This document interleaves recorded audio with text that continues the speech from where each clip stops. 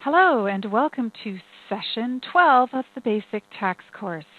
We're going to begin Session 12 with a review of the Session 11 quiz answer key, beginning with question number 2. And of course, with the Session 11 quiz, we're revisiting a little bit some of the complexity we saw in the Session 10 quiz because we're looking at some calculations that go into completion of Schedule A and the figuring of deductions that have adjusted gross income and other limitations. And the first of these that we're going to take a look at is question number 2. Deductible miscellaneous expenses subject to the 2% of AGI limit could include broker's commission paid in connection with your investment property. Well, that's actually listed as a non-deductible expense in Pub 17. Broker's commissions can be added to the cost basis of property so that when you sell property, the brokerage commission that you pay is going to have a negative effect on your gain. In other words, it will reduce your taxable gain, but it's not a deductible expense in and of itself on Schedule A. Number B, investment-related seminars. Well, Pub 17 specifically says no to those. Professional fees or professional accreditation fees paid to enter a new trade. We've already talked in Session 10 quiz about how those are specifically not allowable. And then finally, dues to professional associations.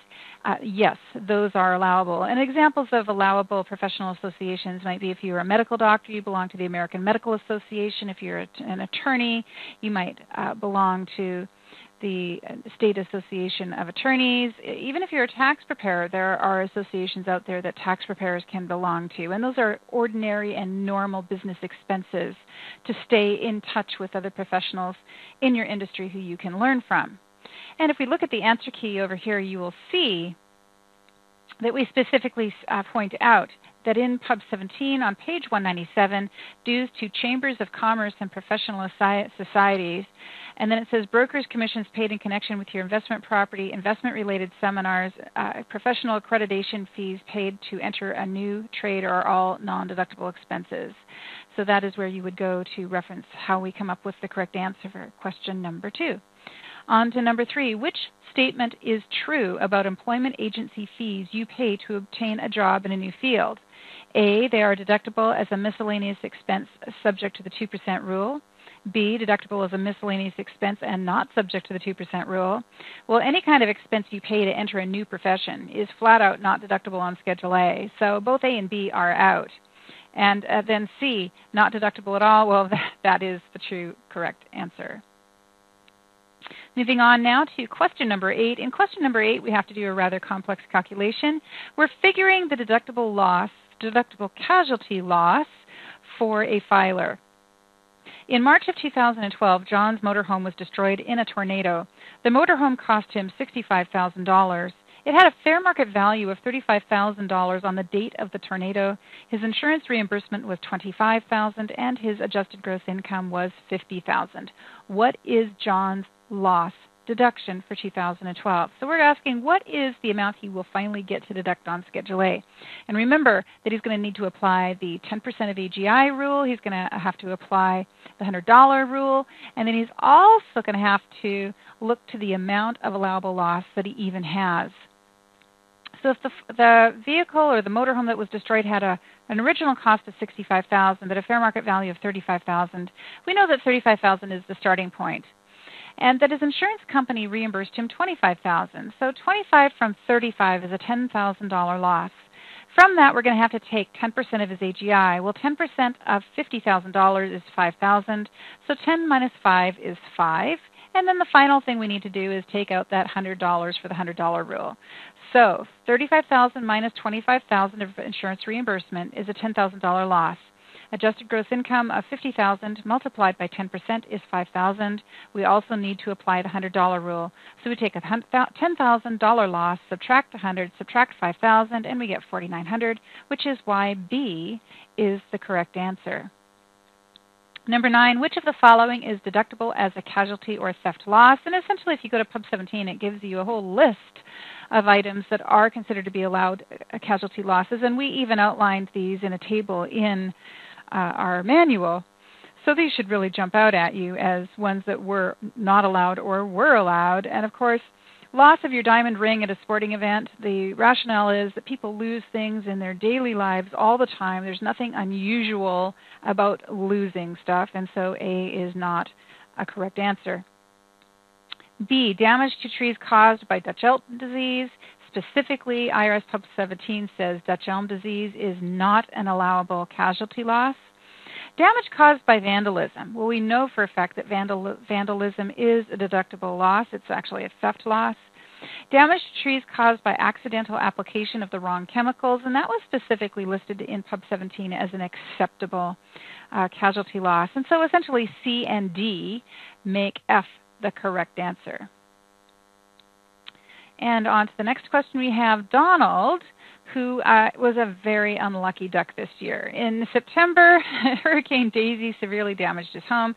Hurricane Daisy did not create a federal disaster area, and Donald had the following losses.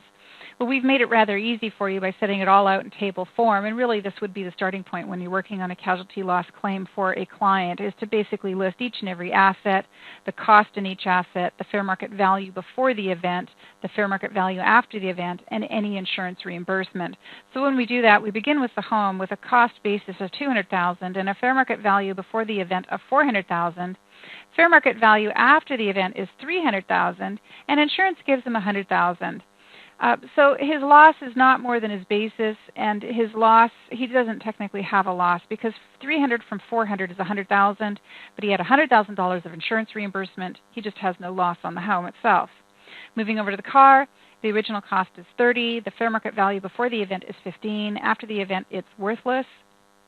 And insurance gives him $10,000 for a vehicle that has a fair market value of $15,000. So we can see that there is a $5,000 loss in that vehicle. On the household property, the cost is $50,000. Fair market value before the event is $30,000. Fair market value after the event is $5,000, and insurance gives him $2,000 on that loss. So he's essentially got a $25,000 loss, but insurance is only going to give him $2,000. So we have a $23,000 loss on household property and a $5,000 loss on the car. You add those numbers together, and you have $28,000 from that Hurricane Daisy event.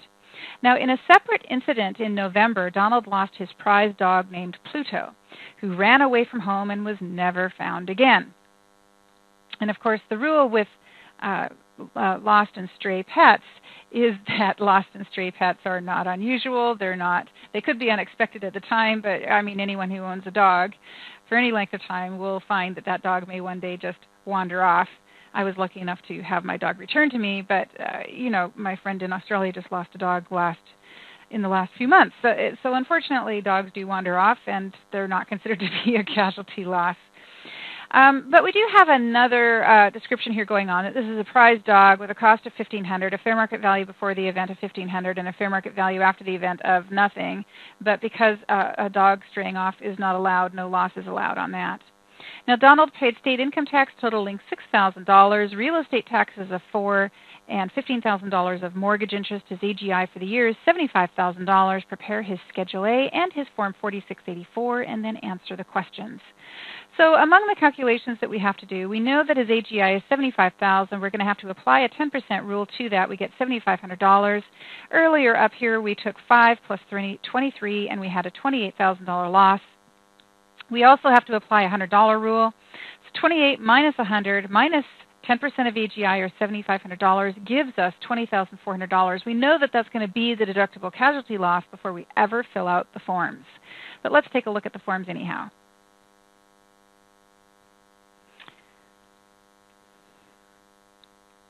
So we'll begin with the 4684, and on the 4684 we list the 3 pieces of property that were destroyed or stolen or lost in the casualty event, and this is Hurricane Daisy, so naturally they were destroyed. And we enter the information as it was provided for in the table right here. $200,000 plus 30 plus 50, we're going to see those carry all the way across line 2.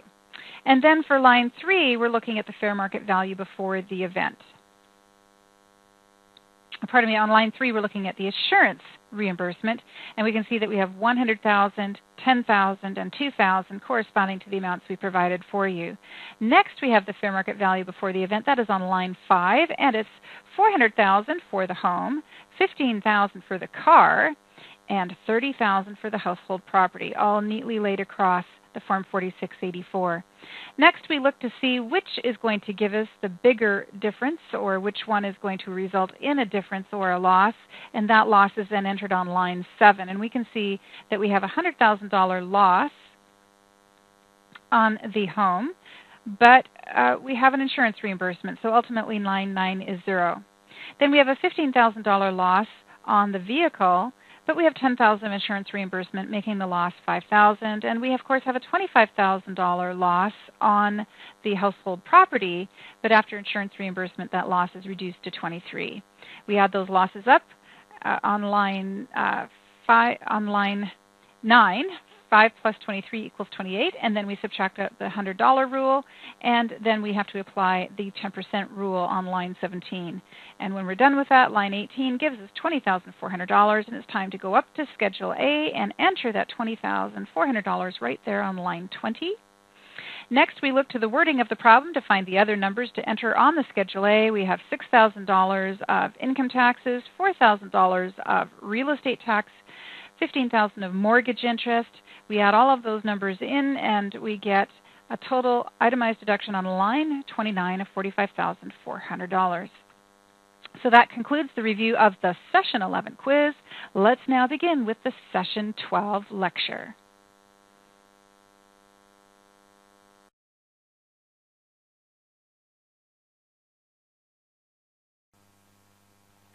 Okay, everyone, we are at the top of the hour, and it means it's time to get started with today's class. And today's class is just one of my favorite topics, 2 favorite topics in tax law. The first most favorite, the number 1 favorite class is depreciation. I love teaching depreciation, and that's coming along in a few weeks. But my second most favorite topic is credits. And the reason I like credits is because, well, they're a way to save our clients money. And any time I can save my client money, I'm excited because then they see value in what it is that I can do for them. Of course, there's plenty of value in just getting the right numbers on the return and coming up with the correct tax. But if I happen to know about a credit that my client didn't know existed, and because of that, I'm able to save them some money, they're usually happy about that. And it happens to be that the IRS has a lot of credits.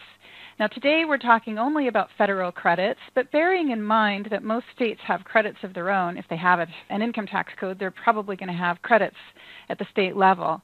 I only teach state credits for California and for Oregon. And California has a few credits. The state of Oregon has credits out the wazoo. And the IRS has credit quantities that are pretty plentiful as well. And for that reason, we simply don't fit all federal credits into a single class. Today's class on federal credits is going to focus on federal credits that are claimed by most individuals on their personal returns. And we have another class which is called Federal Credits for Families with Children. And in that class, we're going to talk about credits that really are oriented towards families that have children. And usually the intricacies of credits for families with children, such as the Earned Income Credit, the Child Tax Credit, those are actually pretty complicated and take a lot of time to really explore and learn all the rules for. So I decided to stick those all in a class by themselves. And then there's a third set of credits, which is business credits. But for today, we're focusing on the core credits that are claimed by individuals on their tax returns that are not related to business or children. And you can see that there's a list of them here at the top of the screen. We're going to start today and actually take credits in the order that they appear on the 1040 form. And so we're going to begin with the foreign tax credit. We'll then talk about education credits. There's also the retirement savings contribution credit, the residential energy credits, the credit for prior year minimum tax, the plug-in electric drive motor vehicle credit, the credit for the elderly or disabled, the mortgage interest credit, and then on the side of what we call refundable credits, we're also going to talk about the American Opportunity Credit as it is a refundable credit, the credit for excess Social Security tax paid, and lots of information that we've packed into today's class, which is normal for me. And also on the front page of this manual, you will see that I've provided you with a list of reading assignments. And those of you who are really interested in any of the topics that I covered today and really want to learn more, the place to go is the IRS handbooks that the IRS has to provide on each topic.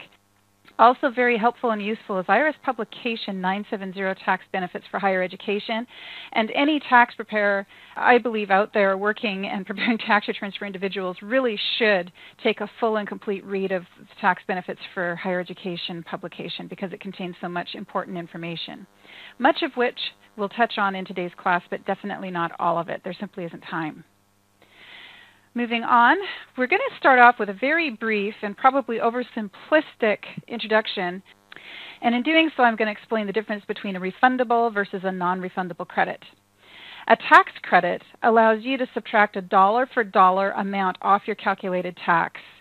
A credit is always dollar to dollar, so a $500 credit will save you $500 of tax. That compares to a deduction, which reduces your taxable income and therefore reduces your tax because the taxable income has gone down. But it does so based on a percentage, and how much you save really depends on your tax bracket. So for example, if you have a $1,000 deduction and you are in the 15% tax bracket, then that $1,000 deduction saves you $150. But if you're in the 28% tax bracket, that same $1,000 will save you $280 in tax. Now, both those numbers are less than a $500 credit. So although the $500 credit sounds like it's a lower number, in effect it saves more tax and is the better deal. Now, most federal credits are non-refundable, and this means they can reduce your tax down to zero, but they cannot create a tax back situation. And here's an illustration of what I mean. Your tax liability is $600, and you have a $500 credit. So your net tax is reduced to $100. The non-refundable credit benefits you in its entirety because it reduces the tax from $600 down to $100, and you receive the full benefit of that $500. In the second scenario, however, the starting tax is only $400, and with a $500 tax credit, a non-refundable tax credit, you're only able to use $400 of the $500 credit because the IRS does not allow non-refundable credits to take you into a negative number situation, and therefore you lose $100 of the credit. Now, a refundable credit, by contrast, does allow you to go into negative numbers. And to the extent you've gone into a negative number with a refundable credit, in essence, you are generating yourself a refund. And that's what makes the Earned Income Credit so attractive and what makes the Additional Child Tax Credit so attractive. And we will see today with the American Opportunity Credit, it's also one of the main benefits of that credit as well. So we're moving on to credits which can be claimed by individuals on Form 1040, and this is the back page of the 1040. And if you look at line 47, you will see the very first tax credit listed that we will talk about today, and that is the foreign tax credit. It's claimed on line 47. You'll see other credits listed in yellow or highlighted in yellow, and the reason they're in yellow is they are credits that are going to be covered in today's class. The credits that are in pink will not be covered in today's class. They are reserved primarily for the class that we'll be teaching called Federal Credits for Families with Children. So what we're going to be talking about today includes the foreign tax credit, education credits, the retirement savings contribution credit, residential energy credits, other credits but not including business credits, the American Opportunity Credit, the excess credit on Social Security tax withheld, the credit for federal tax on fuels, the credit for tax on undistributed capital gain, the credit for prior year minimum tax, and finally the health coverage tax credit. And so let's move on now with the foreign tax credit. Personally, I think that of all of the individual credits out there, the foreign tax credit is one of the most complex. And you can see that it is in terms of the quantity of information available on it, and also the complexity of individual situations that you're going to encounter with individuals who have income from outside of the United States. The illustrations that I'm putting into today's class on the foreign tax credit are moderate in their difficulty level.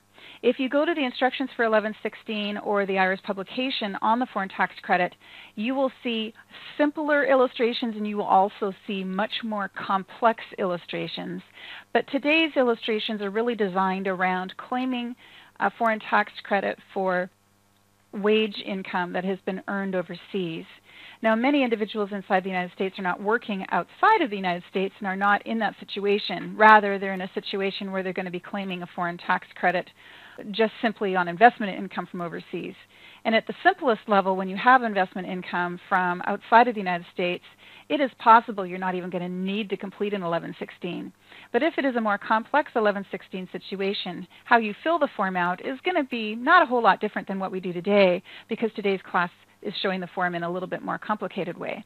But if you get into some of the more complex situations you're going to be dealing with on the foreign tax credit, more than one type of foreign income, and that's when it can get really complicated.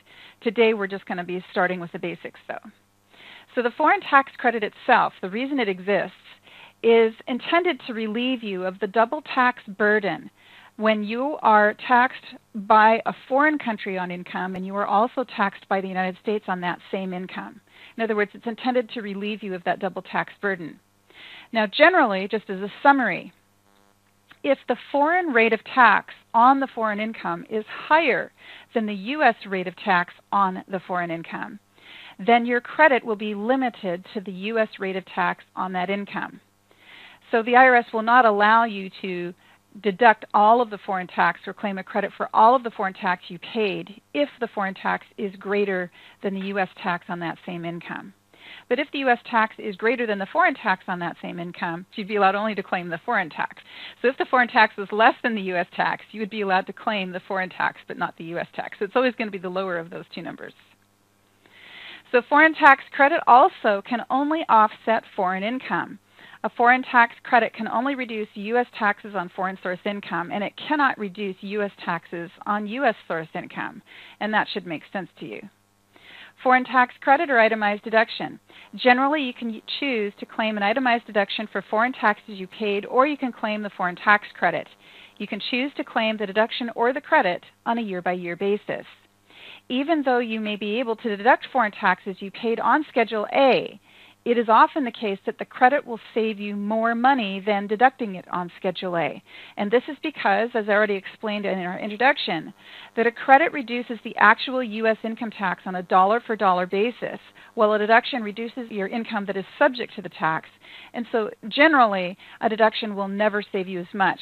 Now, if you go into the instructions for Form 1116 and the 1116 publication, the IRS does go out of its way to present an illustration where the deduction actually does save you more, but that's a pretty rare animal, fairly unusual. You can choose to take the foreign tax credit even if you do not itemize your deductions, and then you are allowed to have a standard deduction as well as the foreign tax credit. Whereas if you itemize your deductions and claim your foreign taxes an itemized deduction, you are losing the standard deduction. And finally, you can choose to take the foreign tax credit and the taxes paid or accrued exceed the credit on the tax for that year. Then you may be able to carry over, that is backwards or forwards in time, the excess credit to another year. Now, the choice that you make, deduction or credit, applies to all foreign taxes. So as a general rule, you must choose to take either a credit or a deduction for all qualified foreign taxes that you pay in any one year. If you choose to claim a credit on qualified foreign taxes, you must take the credit for all of them, and you cannot deduct any of them. And conversely, if you choose to deduct qualified foreign taxes, you must deduct all of them. You cannot take a credit for any of them. Now, there are limited exceptions to this general rule that are described in IRS Publication 514, which is the IRS publication on the foreign tax credit for individuals. Now, when you're working on Form 1116, and certainly it was the case for me, the very first time I ever filled out Form 1116, we're going way back in time to the early 90s, I had to fill out an 1116 for a client, and one of the first lines I came to on the front of Form 1116 was this line that you see right here. And it says, use a separate Form 1116 for each category of income listed below. See categories of income in the instructions. Well, back then, we didn't have the internet. There was no IRS website to go to look up instructions. Back then, we used to order a publication called Package X.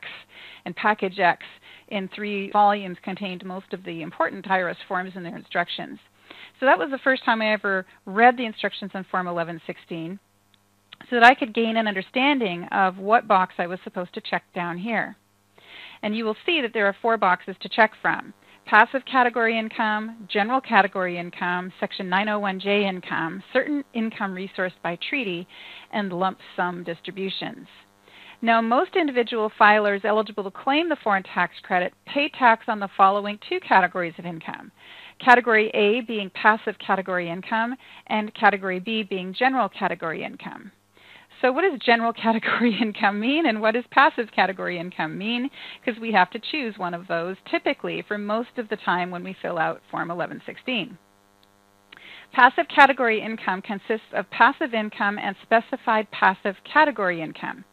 Passive income generally includes dividends, interest, royalties, rents, annuities, gain from the sale of non-income producing property, gains from foreign currency or commodities transactions, and capital gains not related to the active conduct of a trade or business. But passive income does not include export finance interest, active business rents and royalties, or high-taxed income. So what is general category income? General category income is income that is not passive category income or income described in categories C, D, or E. General category income may include wages, salaries, and overseas allowances of an individual who is working as an employee, income earned in the active conduct of a trade or business, gain from the sale of inventory or depreciable property used in a trade or business, financial services income, and high-taxed income.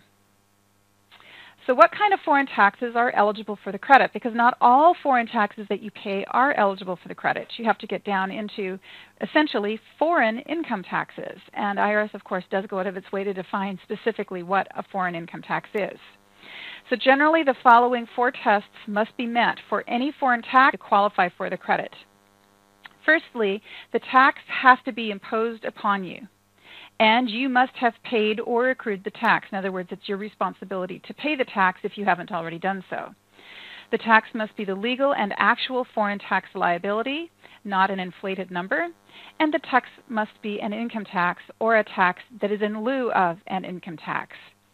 Taxes imposed on the following forms of income can qualify for the credit: income taxes, war profits, and excess profits taxes paid or accrued to a foreign city or province. So just as in the United States we have state income taxes and some cities have city income taxes, but we also have the federal taxes, it's possible when you go to a foreign country, and I'll just pull Canada as an example because that's where I grew up.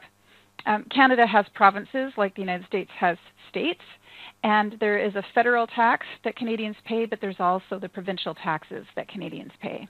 And here in the United States, Americans pay federal income tax, and if you come from a state that assesses state income tax, then you'll pay state income tax as well. And if you happen to be paying taxes to a foreign country and you are also paying taxes to cities or provinces or states within those foreign countries, they may also qualify for the foreign tax credit. You can claim a credit only for foreign taxes that are imposed on you by a foreign country or U.S. possession. For example, a tax that is deducted from your wages is considered to be imposed on you. Pension, unemployment, and disability fund payments.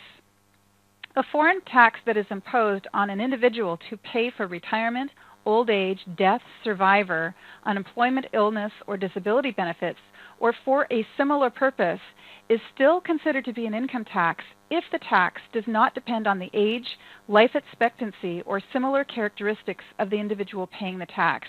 In other words, you can't hit a certain age and no longer have to pay it. It pretty much has to be a universal tax imposed on you because you're working there or have income from there. Tax paid to U.S. possessions. For foreign tax credit purposes, all qualified taxes paid to U.S. possessions are considered to be foreign taxes, and U.S. possessions also include Puerto Rico and American Samoa. So what kind of foreign taxes are not eligible for the credit? Well, you cannot take a credit for any of the following foreign taxes: taxes on excluded income, taxes for which you can only take an itemized deduction. And that would be, for example, real estate taxes. Here in the United States, you don't get a credit for paying taxes on a home that you own, but you are allowed to deduct taxes on your real estate holdings on Schedule A. And so that would be an example of a tax that's only eligible on Schedule A. Taxes on foreign mineral income are not eligible for the foreign tax credit, or are taxes on international boycott operations, a portion of taxes on combined foreign oil and gas income, taxes of U.S. persons controlling foreign corporations and partnerships who fail to file the required information forms, and taxes paid to a foreign country which you expect will be refunded. So here in the United States, very often, and most Americans actually file their tax returns and they get a refund. So in that situation, it's possible that they paid more in than they needed to through withholding on their W-2s or their 1099-Rs. And so when they file, they're getting some of that back. And the IRS says your foreign tax credit is not going to be allowed for money that you know will be refunded to you by that foreign country. Taxes on excluded income.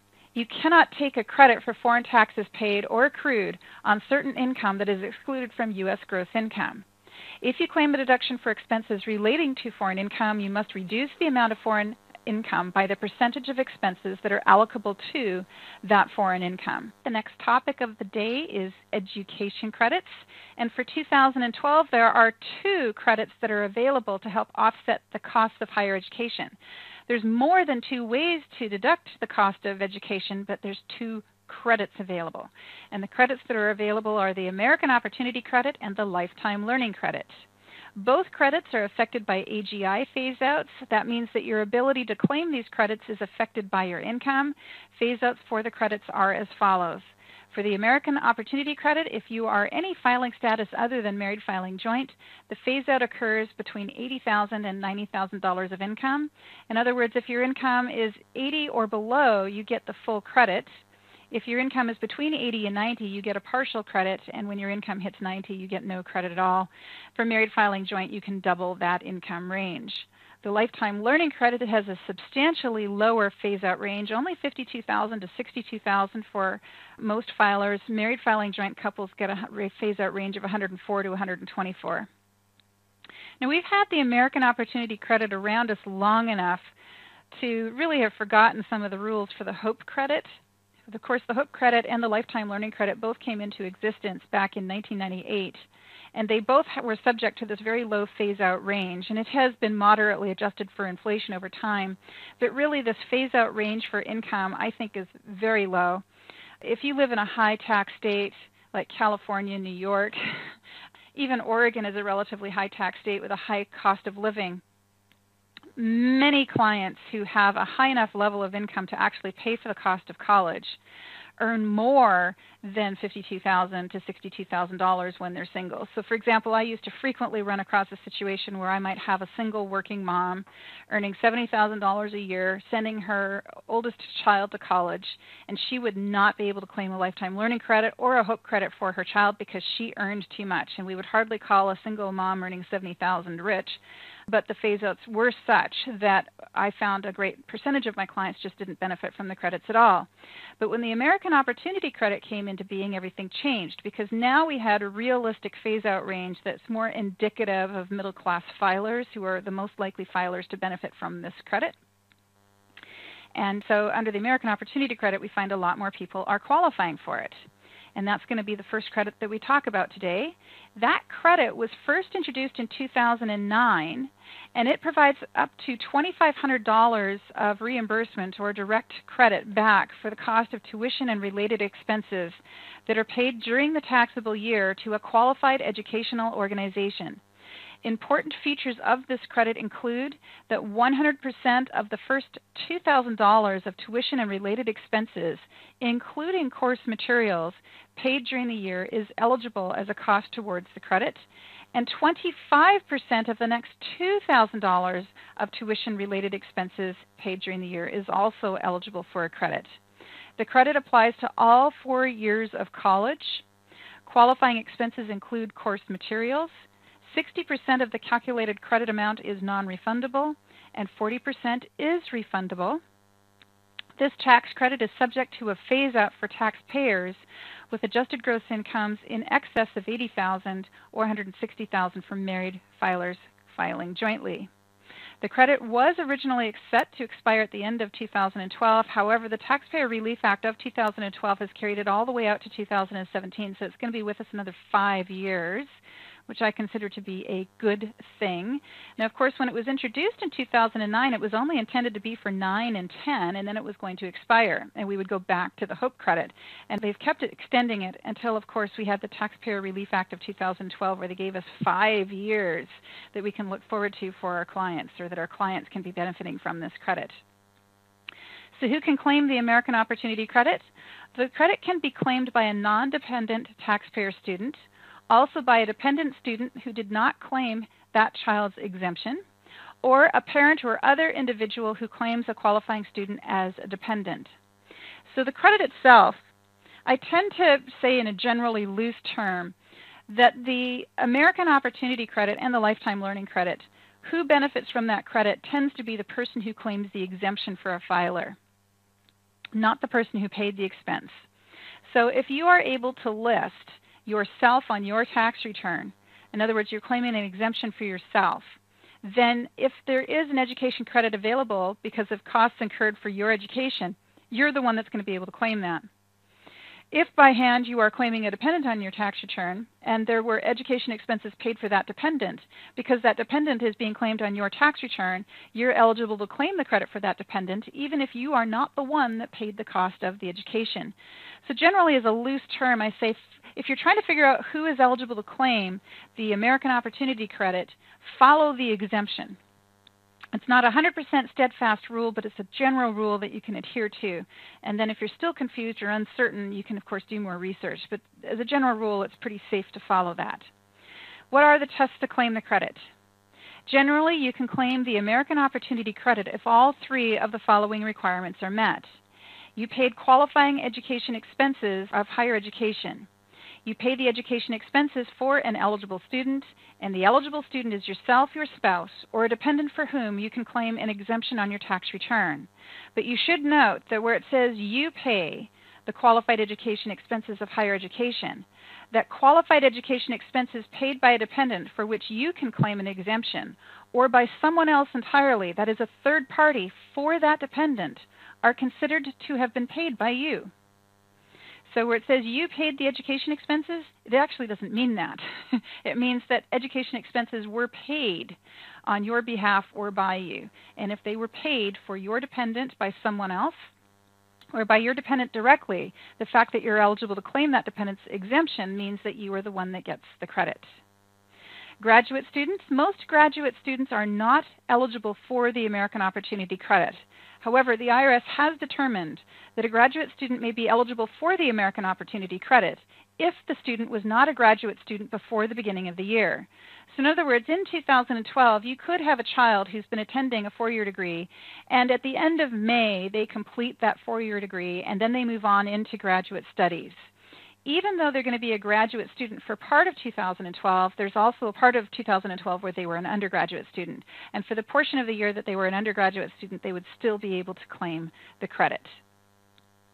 Who is a qualifying student for the American Opportunity Credit? Well, to claim the American Opportunity Credit, the student for whom you paid qualified educational expenses must be an eligible student. And this is a student who meets all of the following requirements.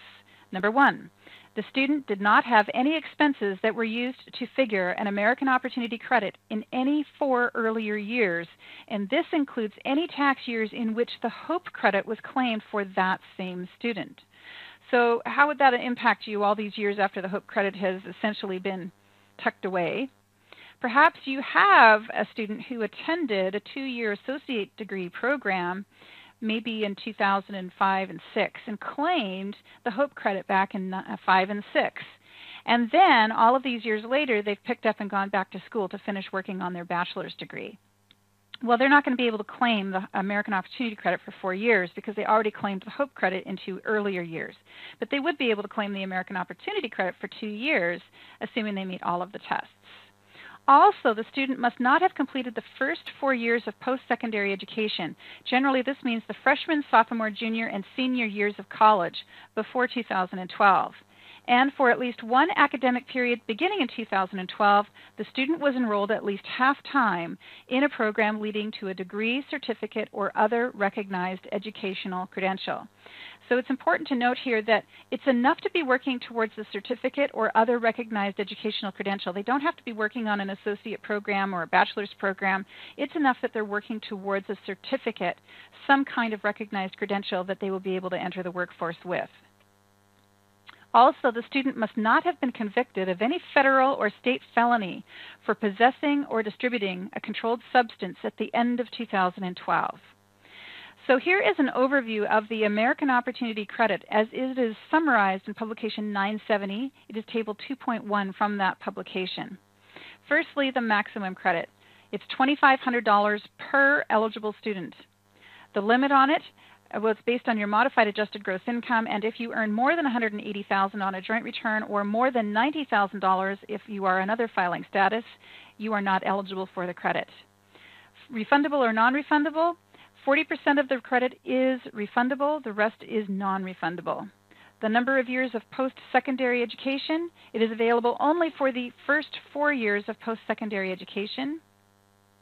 The number of tax years for which the credit is available for only 4 years per eligible student, including any year that the HOPE credit was claimed.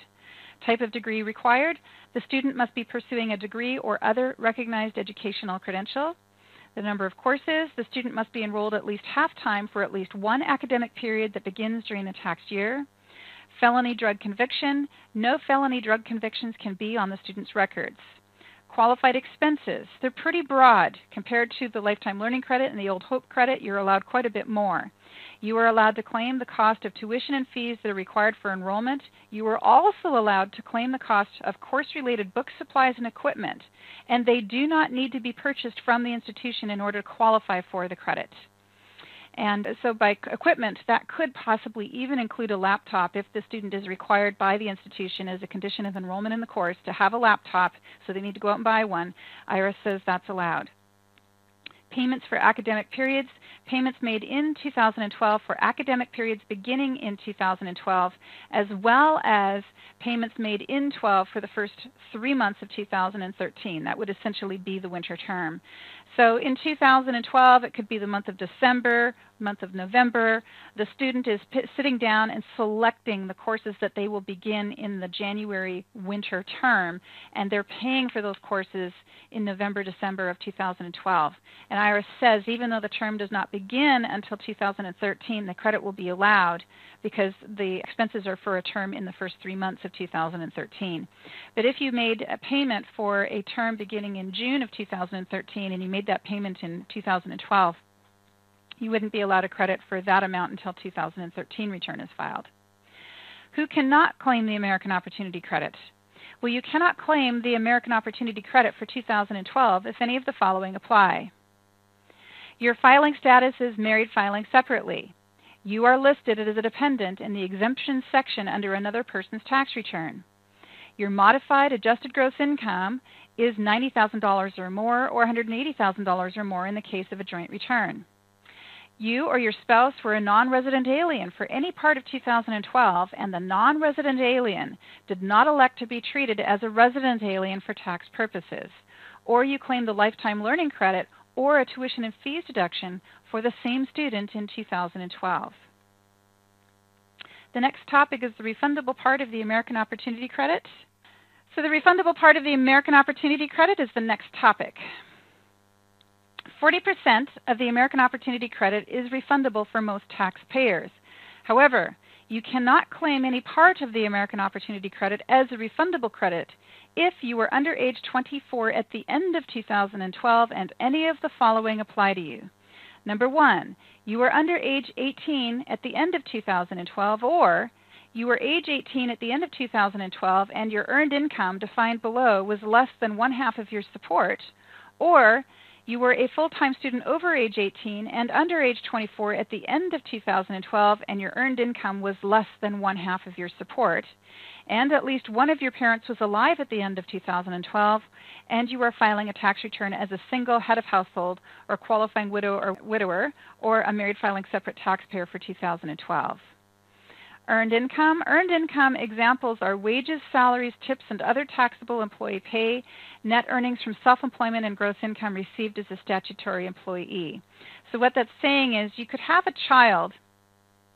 If you're looking at the rules for qualifying child, and we covered those in a different class, but this is really what the refundable part of the American Opportunity Credit is looking for, that we have a child that during the year is a dependent of his or her parents. And you're a dependent of your parents if you meet all of the dependency tests for a qualifying child. If you are the qualifying child of another filer, you're not going to be eligible for the American Opportunity Credit. That's the bottom line. Now, it's possible you're not a qualifying child and you are merely a qualifying relative, and in a situation like that, it's possible that you'd be able to claim the refundable part. But if you're a qualifying child, definitely not. Support. Your support includes all amounts spent to provide you with food, lodging, clothing, education, medical and dental care, recreation, transportation, and similar necessities.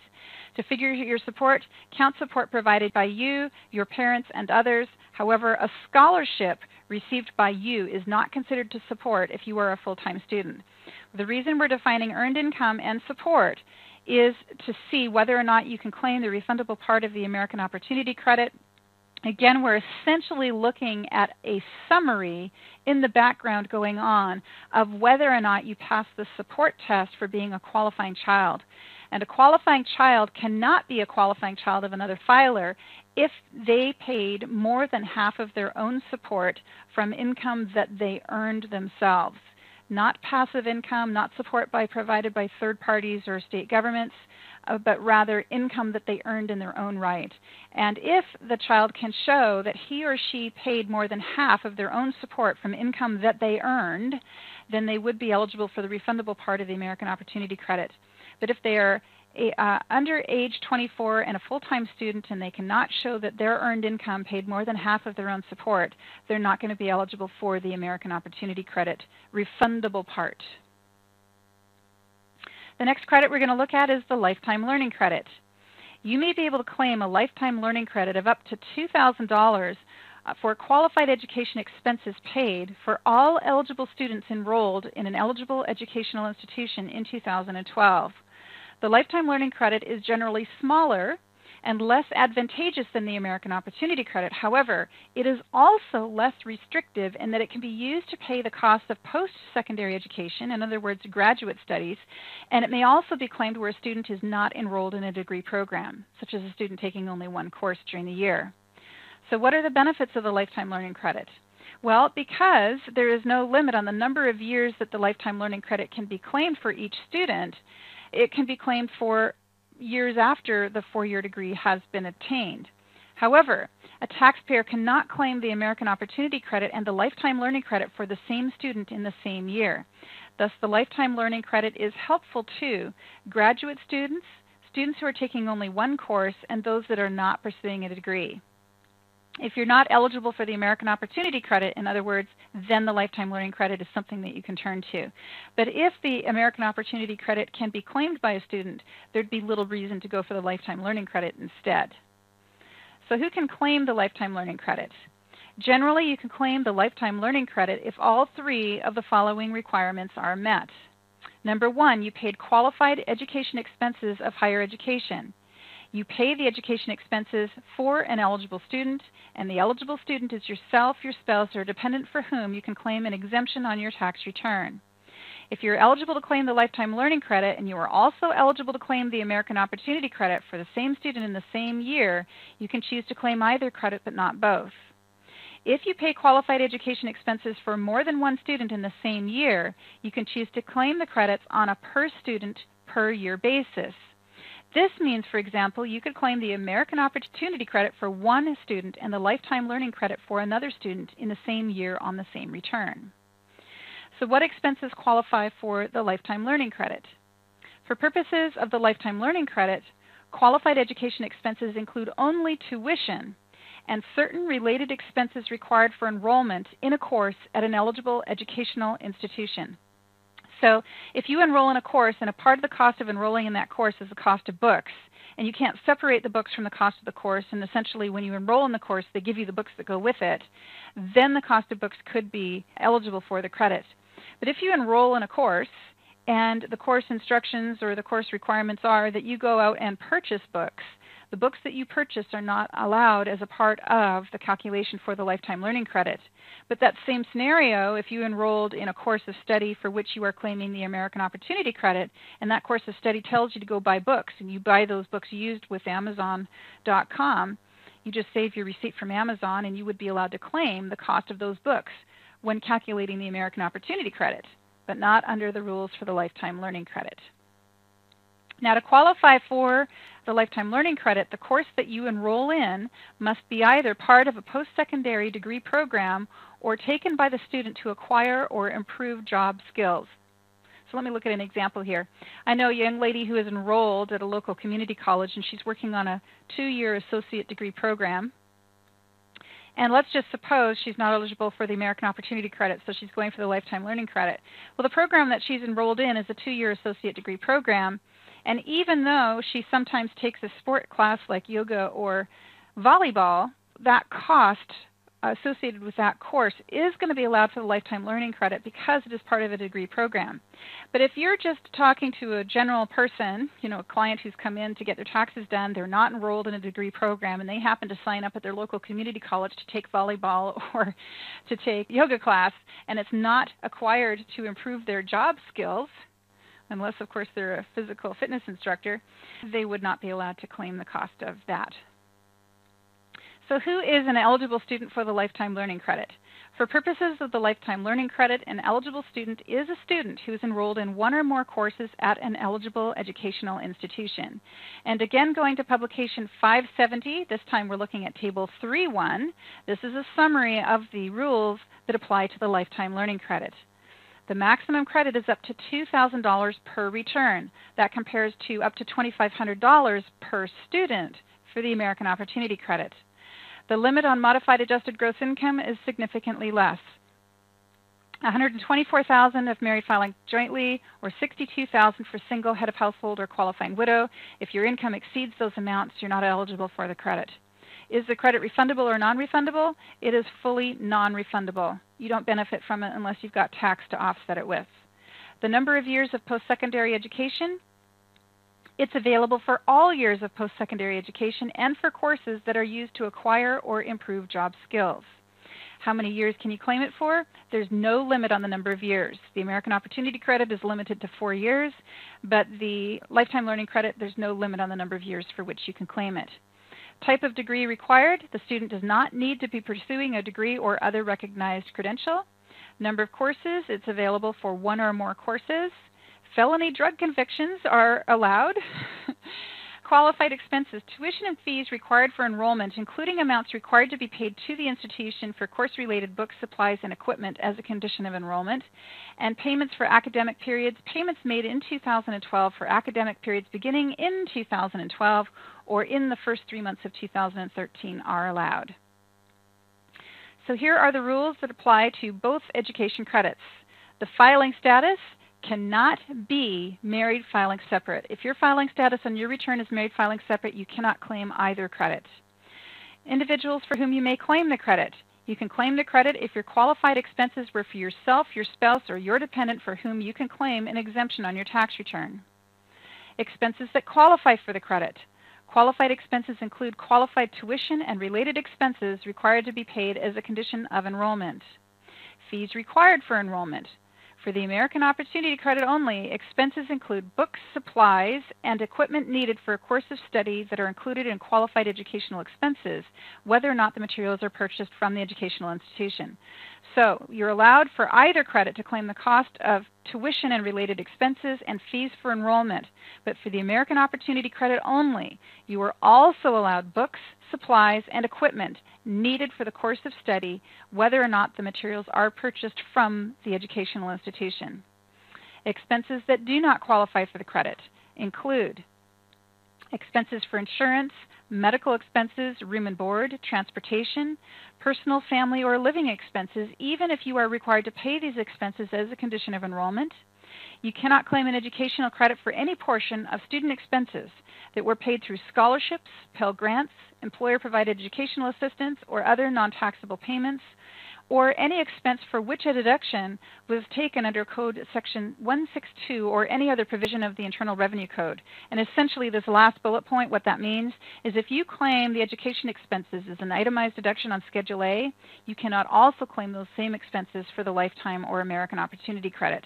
But I do want to go back up to this bullet point right here which says you cannot claim an educational credit for any portion of student expenses that were paid through scholarships, Pell Grants, employer-provided educational assistance, or other non-taxable payments.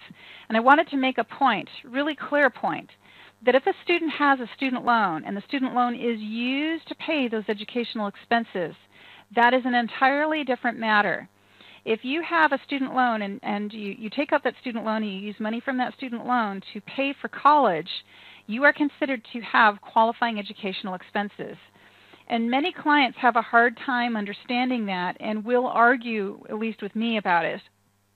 And so I've learned in the vocabulary of when I do an interview not to ask my client whether or not they paid for education during the year. Because if I say to my client, hey, how much did you pay for educational expenses during the year? They could tell me, oh, I didn't have any educational costs at all, even though they might have paid $20,000. Because they don't understand that money that came from a student loan and was used to pay for qualified education expenses is in fact their money. They're on the hook for that money. They have to repay that loan. Or if they're not on the hook, maybe their parents are on the hook. Someone is on the hook for that loan.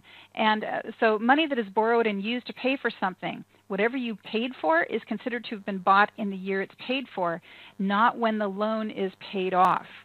So instead of asking my clients, how much money did you pay for educational expenses during the year, I will say things like, is anyone in your family going to college? It's a very open question, and it is not allowing them to make a decision about whether or not they had a college expense. I'm basically asking, is anyone in the family a student going to college? And if the answer is yes, my eldest son is going to college, then the next question would be, okay, did you receive a 1098-T from the educational institution showing the amount of their college costs? Well, then usually what they say is, well, I didn't get anything like that, so there probably wasn't anything. The reality is there probably was a 1098-T issued, and it was probably issued to the student, and it came in the mail addressed to the student, who then put it in a box somewhere or threw it out, not realizing that it's important, of course, for the parents. So if the parent can't produce the 1098-T, then the next thing I suggest is that they ask their child to go online to their college account and see if the college account won't allow them to access a 1098-T, because most of them do, at least here in Oregon. If I ask a client to send their student to a college that student's attending, that student is usually in their college account able to find the tax reporting document. Now, I don't stop with the tax reporting document. I also ask them to go in and look at the cost of the courses themselves. There's usually a printout that they are able to get from the college, either through their student account or going to the administrative offices, which actually shows every single course they enrolled in and the cost of each of those courses, plus any other fees that they paid. And if they bought books at the college bookstore, they can usually get a printout of what they paid for books as well. And then finally, a lot of students are buying their books used on Amazon these days, and so I will tell them, hey, go to Amazon, and Amazon will save records for years in terms of what your purchases were. So those are the places that I go to find out what the costs of college were. And at no point in that scenario am I asking my client, how much did you pay? We're essentially trying to figure out how much was paid for the child's college.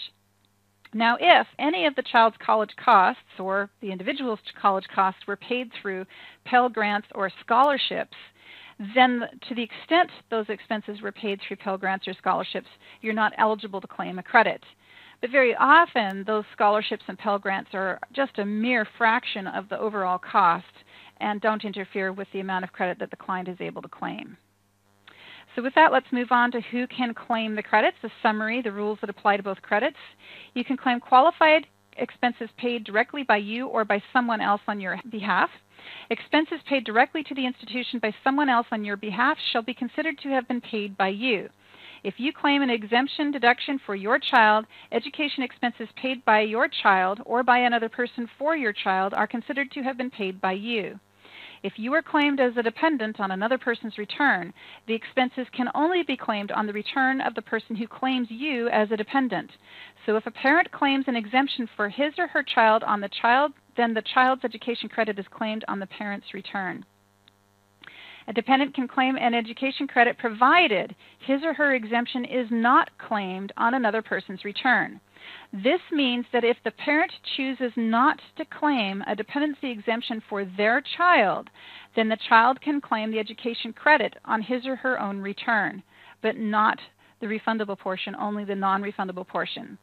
Well, I've had one situation that I've come across where I actually did that, and it happened to be this past tax season. I have a client, the parents have income over $180,000, significantly more than $180,000. And so they weren't eligible for the American Opportunity Credit. They're eligible to claim their child's dependency exemption, $3,800, and if we multiply $3,800 by their tax bracket, they were going to save $1,000 or so. probably more like $1,500. Have to do the math there. But at any rate, their child's dependency exemption was going to save them some money. If they give up that child's dependency exemption, then that child is able to claim the American Opportunity Credit for himself. And the child had enough income in his own right that he was definitely required to file a tax return, and when he did file, he had a substantial liability, greater than $1,500.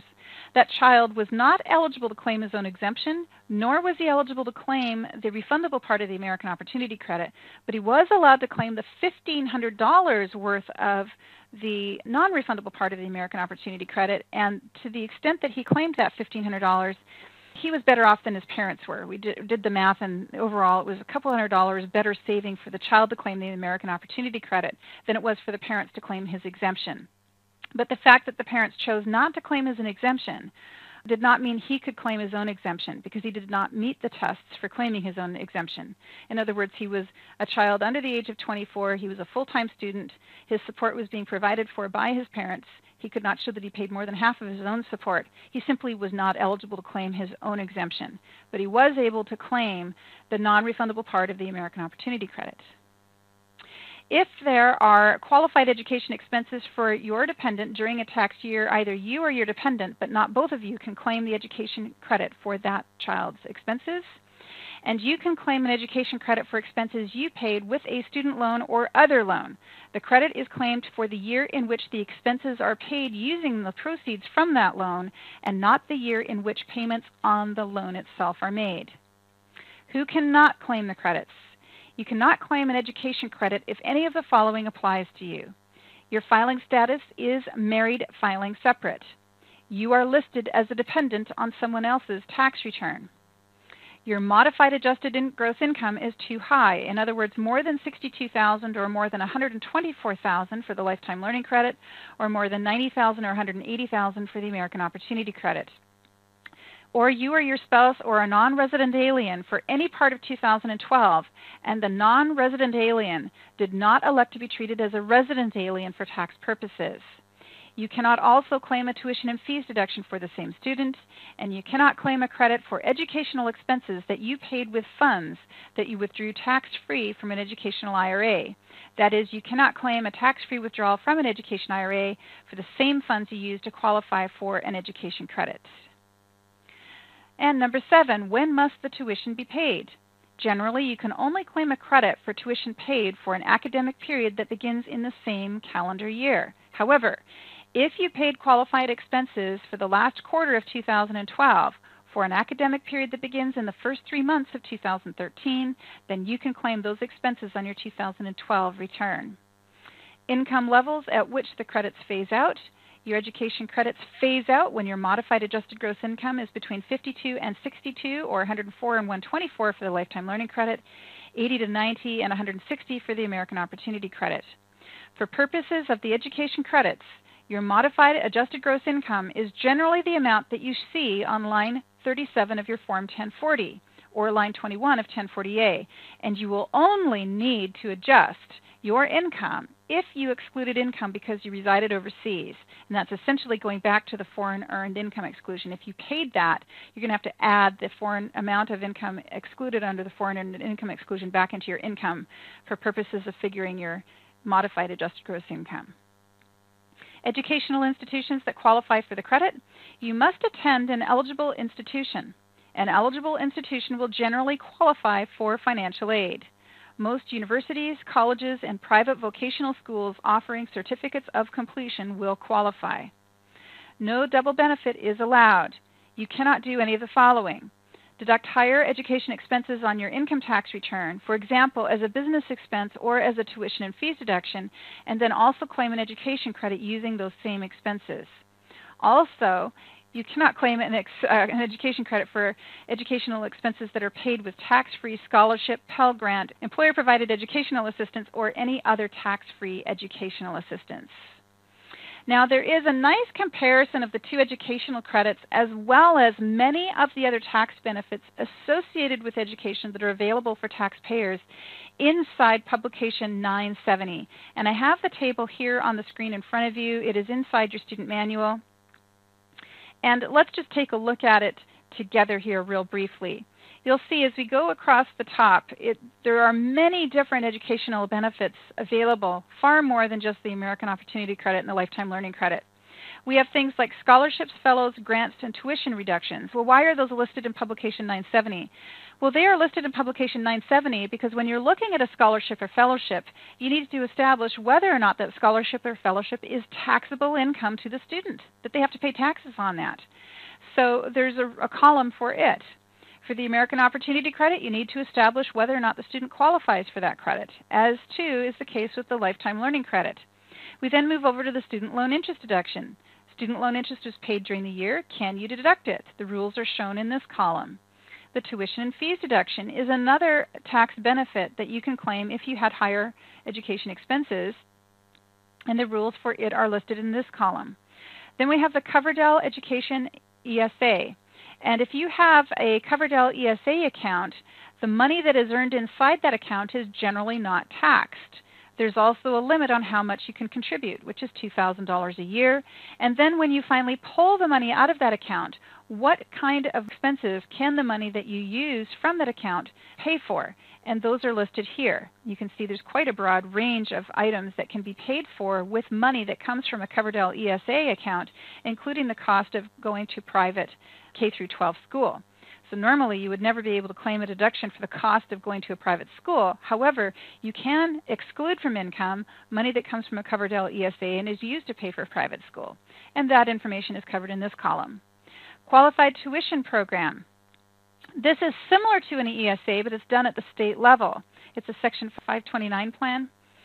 So if you have a 529 plan that you're eligible to participate in, then you're able to put money in there, and you're allowed to put quite a bit of money into one of those plans. And if you do, what can the money come out and then be spent on? And that's covered in this column. There's education exception to the additional tax on early IRA distributions, and that is something we actually covered in our very last class, which was called Pension and Social Security Income.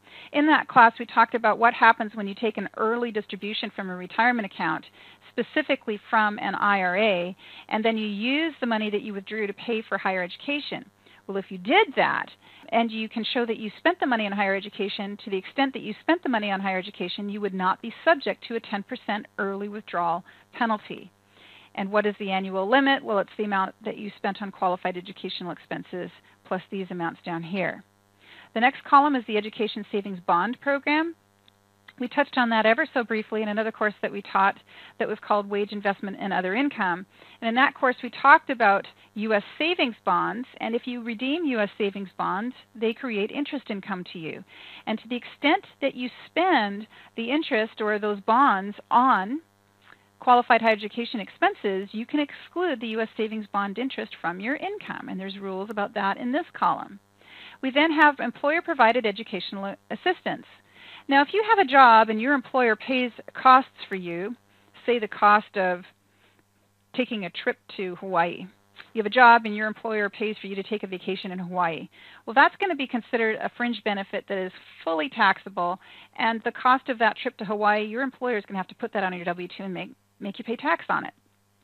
But there are certain types of costs that an employer can pay for an employee.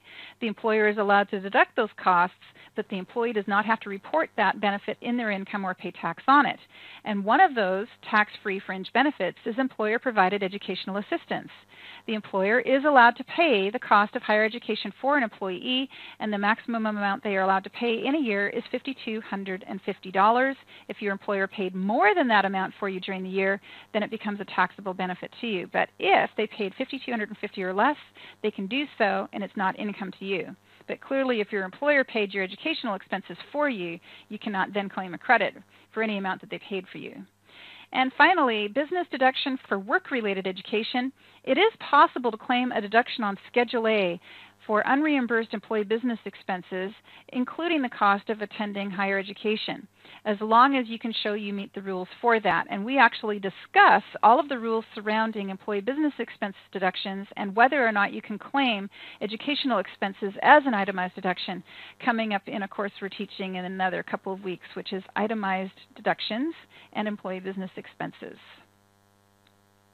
The next table that we're coming to is Appendix B from publication 970, and this is a continuation, all of the same columns that we were talking about earlier, just more information for each of those categories of education.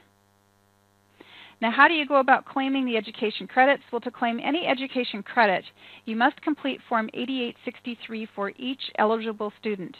You claim the lifetime learning credits by completing Part 2 and 3 of Form 8863, and you claim the American Opportunity Credit by completing Parts 1, 2, and 3 of the form. You enter the non-refundable part of the credit on line 49 of Form 1040, and you enter the refundable part of the credit on line 66 of 1040. So just looking here at Form 1040 on the back page, page 2, education credits are entered on line 49, but in terms of the refundable part of the American Opportunity Credit, that is entered on line 66. Well, every good tax preparer should think a little bit about coordinating expenses and optimizing tax savings for their client. In certain situations, educational expenses may be claimed as a miscellaneous itemized deduction under the category of employee business expenses, and it is also possible to deduct certain educational expenses as an adjustment to income on the front page of Form 1040. And the tax preparer's job is to really look at all of the different ways that an education benefit can be claimed and determine which one is the best way and is going to save the client the most money. Let's look first at deducting educational expenses as an itemized deduction on Schedule A. If you qualify to deduct expenses on Schedule A, you may be entitled to a greater deduction than is the case with the education credits or the tuition and fees deduction. But to be deductible on Schedule A, the expense must be related to your current line of work, and it also cannot qualify you for a new profession. Let's just suppose your income is $180,000 for the year. You're going to earn too much for any other education benefit. The only way you would be able to deduct educational expenses would be as an itemized deduction on Schedule A. Do you qualify? How much can you claim? That would depend on the amount of education expense and what kind of education expense you paid for as opposed to your current line of work. Is it related to your current line of work?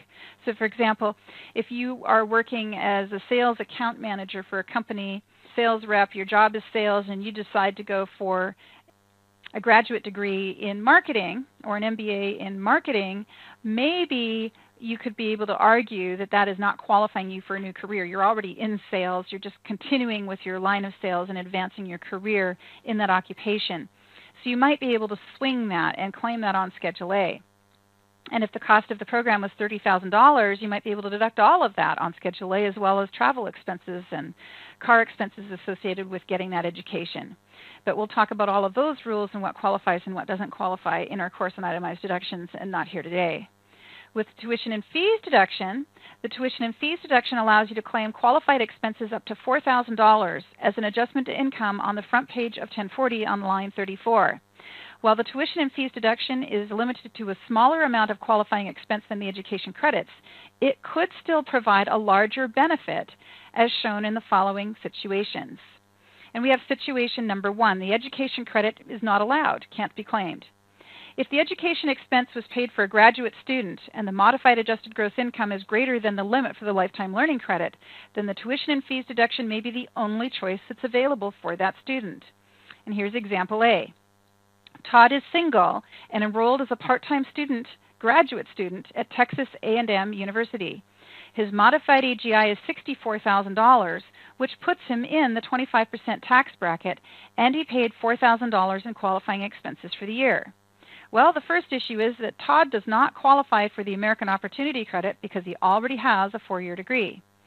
He also does not qualify for the Lifetime Learning Credit because his income is too high. But he does qualify for the tuition and fees deduction. His tuition and fees deduction of $4,000 is going to reduce his tax bill by $1,000. We essentially take $4,000, multiply it by his tax rate of 25%, and he's going to save $1,000 of tax with that tuition and fees deduction. So it's definitely no small deal that he's able to claim that, and definitely as a tax preparer we would want to give that to him if he's eligible. Situation number 2. The income tax bracket is greater than the credit percentage. If you are in a higher tax bracket, you may benefit more from the tuition and fees deduction because the rate of tax savings is greater than the lifetime learning credit rate, which is only 20%. So here's another example. Assume the same facts as in example number A, except Todd's income is now $60,000. Todd still cannot claim the American Opportunity Credit because he has already got a 4-year degree. But he does qualify for the Lifetime Learning Credit, which is 20% of $4,000 or $800.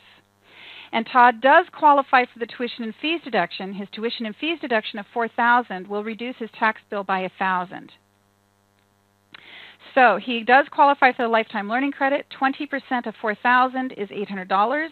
He is allowed to claim a deduction for all $4,000 under the tuition and fees deduction rules, and at his rate of tax, he'll save $1,000. So in this scenario, he's eligible for the Lifetime Learning Credit and for the tuition and fees deduction, but the tuition and fees deduction gives him a better overall benefit.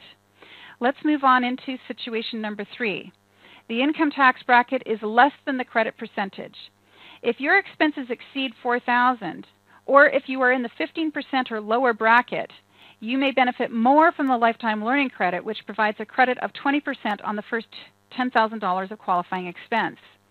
Let's suppose we're still looking at Todd. This time his educational expense is $6,000 rather than just $4,000. Todd still does not qualify for the American Opportunity Credit, but he does qualify for the Lifetime Learning Credit, and he also still qualifies for the tuition and fees deduction.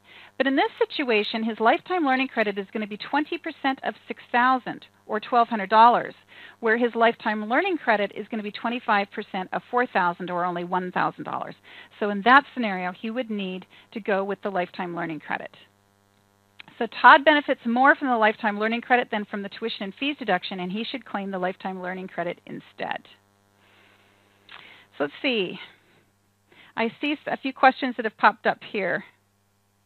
Do you net the amounts on the 1099-T, amounts paid less scholarships as shown on the 1098-T? The answer is yes. You do have to look, if your student has more than one 1098-T, and one 1098-T shows qualified education expenses of $10,000 and scholarships of $20,000. You're actually in a situation that if you don't come up with enough educational expense, that student could have taxable income. But if there's another 1098-T that shows $30,000 of expense and no scholarship, well, the 30 is going to wipe out the 10 of scholarship on the other 1098-T and still leave you with net education expenses of 20. I actually see situations like that fairly regularly, where some students are so exceptional, they get these huge scholarships, very often equal to or greater than their qualified educational expenses, and so we're struggling for ways to keep the scholarship out of their taxable income. Scholarship and fellowship exclusion, that's actually the next topic of the day, so let's move on with it.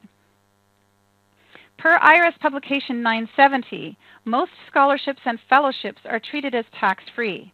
However, a scholarship or fellowship is not treated as tax-free to the extent the student includes it in gross income.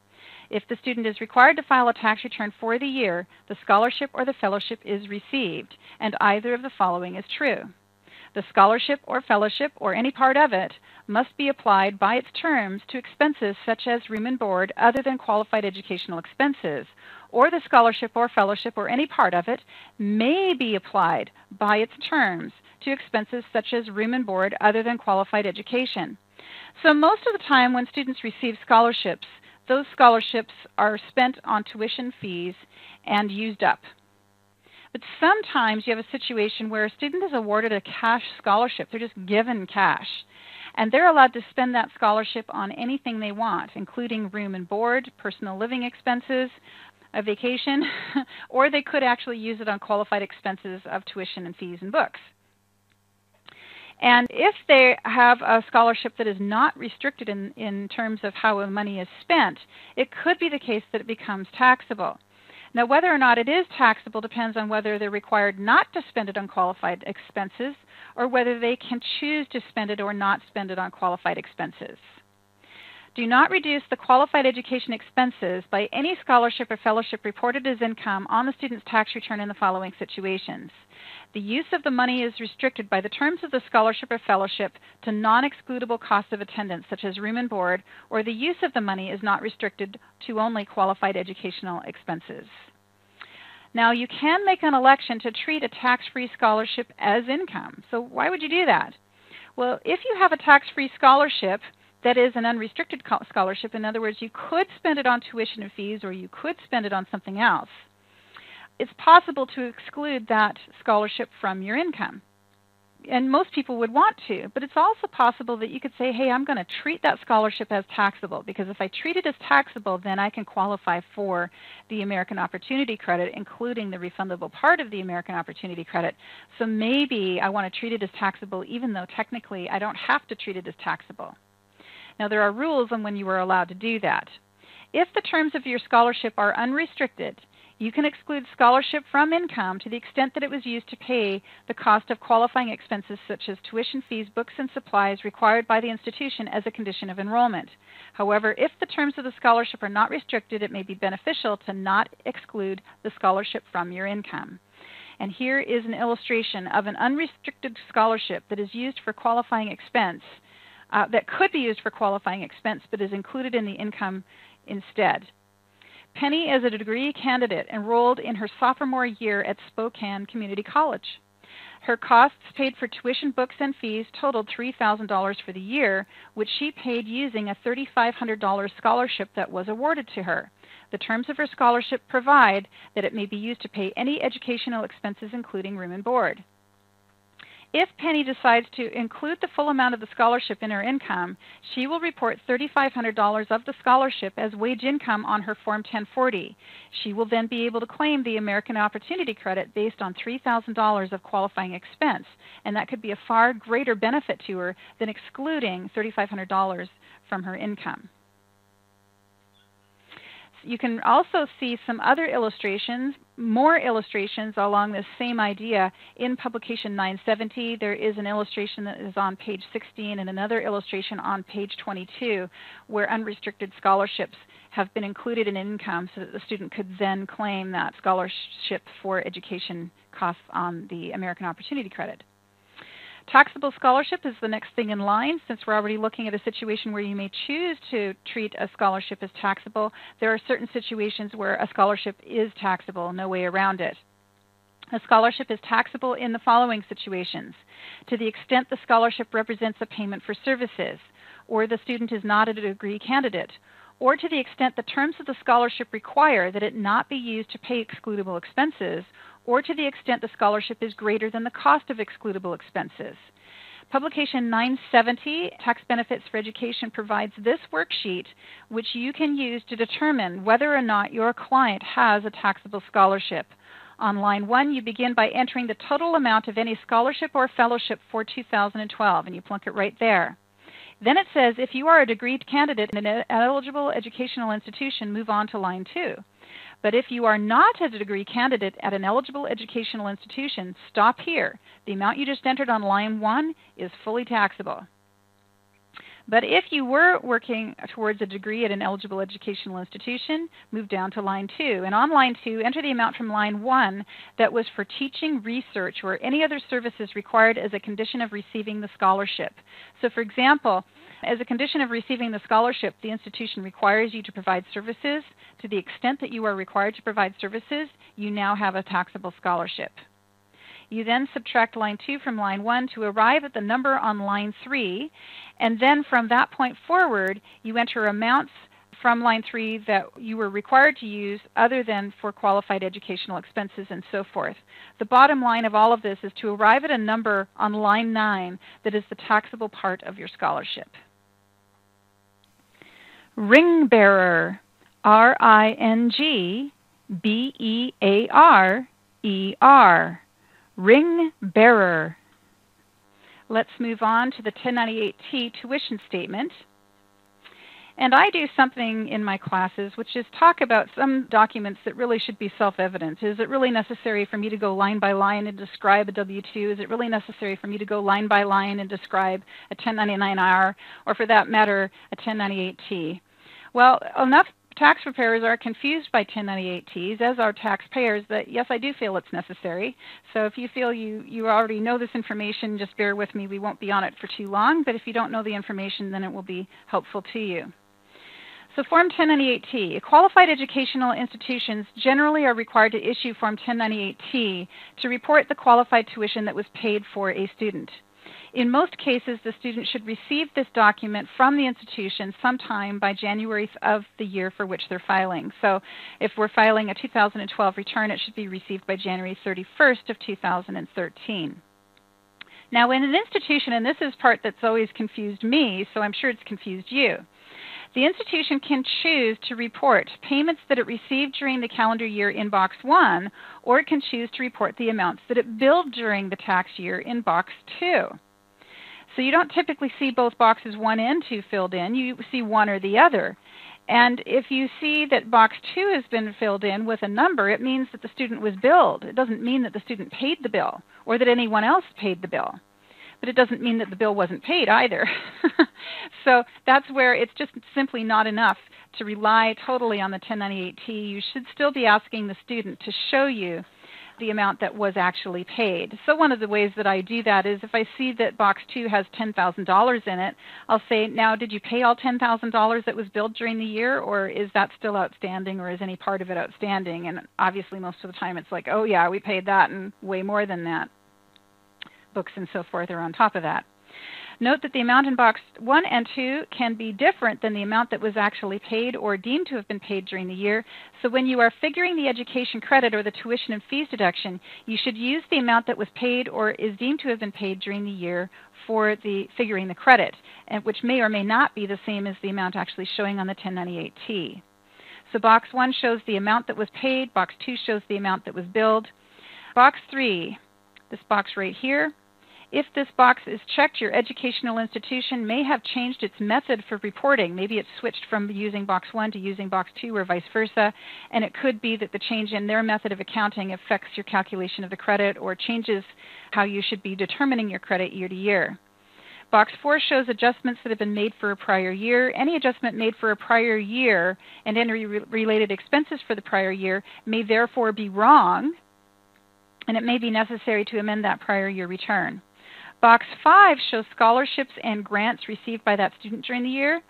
And typically, if I see a number in Box 1 that shows the amount paid during the year, and then I show the scholarships or grants, it's self-evident you're going to deduct or subtract the grant amount from the amount in Box 1 when you're working on determining the credit. But in the case of the American Opportunity Credit, I will then ask how much was paid for books, supplies required as a condition of enrollment in the course and add those back on again. But very often I'm seeing Box 1 start off at $20,000 and the amount in Box 5 might be $3,000, and we're still have a net amount that's well over $4,000. And $4,000 is the highest amount on which the credit can be claimed anyway. But rarely, sometimes, the amount in Box 5 is higher than the education expense for the year, and to the extent that it is, you certainly do have a taxable scholarship. Adjustments to scholarship or grants for a prior year. Box 6 shows adjustments to scholarships and grants in the prior year, and again, this could trigger a requirement for Form 1040X. Box 8 is a very important box. You're looking to see if the half-time student box is checked. This box right here, it says, checked if at least a half-time student. If that box is not checked on any 1098-T that your student has, odds are they are not eligible for the American Opportunity Credit, because the American Opportunity Credit requires they be at least a half-time student for at least one term in the calendar year. They may have been less than a half-time for most of the year, but if one term they were half-time or more, they can qualify for the American Opportunity Credit. By contrast, if Box 9 is checked, it means that that student was a graduate student, and if they're a graduate student, they are not eligible for an American Opportunity Credit that's based in any part on tuition and fees related to graduate studies, only on tuition and fees paid for undergraduate studies. And Box 10, insurance contract reimbursement or refund. This shows the total amount of reimbursements or refunds of qualified tuition and related expenses made by an insurer, and sometimes that can mean a refiguring of the credit for an earlier year. We then move on to Form 8863, which is the form you use to claim the education credit. And earlier before the break, I told you that you claim the refundable part of the American Opportunity Credit in Part 1. You claim the non-refundable part of the American Opportunity Credit as well as the Lifetime Learning Credit. You figure that in Part 2. And then in Part 3, which is a new part introduced to the form this year, we enter information that appears on the 1098-T. If the institution issued a 1098-T, the IRS now wants to know the name of the student that appears on the 1098-T, the name of the educational institution, the EIN of the educational institution, and it asks some questions about what boxes were filled in or checked on that 1098-T. It also goes through and asks The question on line 23, has the Hope Scholarship Credit or the American Opportunity Credit been claimed for the student in any 4 prior years? If the answer is yes, you stop. You're not allowed to claim the credit, at least the American Opportunity Credit. You're going to need to figure the Lifetime Learning Credit instead. And question number 24, was the student enrolled at least half-time for at least one academic period that began in 2012 at an eligible educational institution in a program that leads towards a degree, certificate, or other recognized credential? The answer must be yes, because if it's no, you're not eligible for the American Opportunity Credit, and you would then instead move over to the Lifetime Learning Credit for that student. And then on line 25, did the student complete the first 4 years of post-secondary education? If yes, stop. Typically, the American Opportunity Credit is not going to be allowed, and maybe you'll be left with the Lifetime Learning Credit. And finally, on line 26, was the student convicted before the end of 2012 of a felony for possession or distribution of a controlled substance? If yes, no American Opportunity Credit, but maybe you'll be able to claim the Lifetime Learning Credit. So that concludes our discussion of the education credits. It's now time to move on in the last hour and a bit that we have left in the day for all of the other credits that I'm going to talk about. The good news is that all of the other credits are probably going to fit quite nicely into this hour, and we should have time to go through them without too much ado. The first one that we're going to be looking at is the Retirement Savings Contribution Credit. It is claimed on Form 1040, line 50. And years ago, I was amongst a group of investors or CPAs. I'm not exactly sure what they were, and someone talked to me about the Savers Credit. And I just shook my head going, I've never heard of the Savers Credit. But I'm a very precise person, particularly since I teach tax law. And so finally I deduced he must be talking about the Retirement Savings Contribution Credit, because of course the word savings, not savers, does appear in the title of this particular credit. This credit is designed to encourage low and middle income filers to invest more for their retirement. The credit varies from a low of 10% to a high of 50% of the amount that you invest into your retirement account or IRA. You can contribute to your IRA up until the due date of your return, not including extensions, and still claim this credit. So for example, if you have a client who could contribute $5,000 to their IRA and it's April 10th, not only can they go put the $5,000 in their IRA and claim a deduction for that on their tax return, they could also claim the Retirement Savings Contribution Credit. Even if they contribute to a Roth IRA for which there's no deduction allowed on the front page of the tax return, they could still claim the Retirement Savings Contribution Credit. How do you qualify for this credit? Well, to qualify for the credit, all of the following must be true. Your AGI is not more than the amount allowed for your filing status. And your filing status can be single, married filing separate, or qualifying widow, and you are allowed a maximum amount of income, which is $28,750.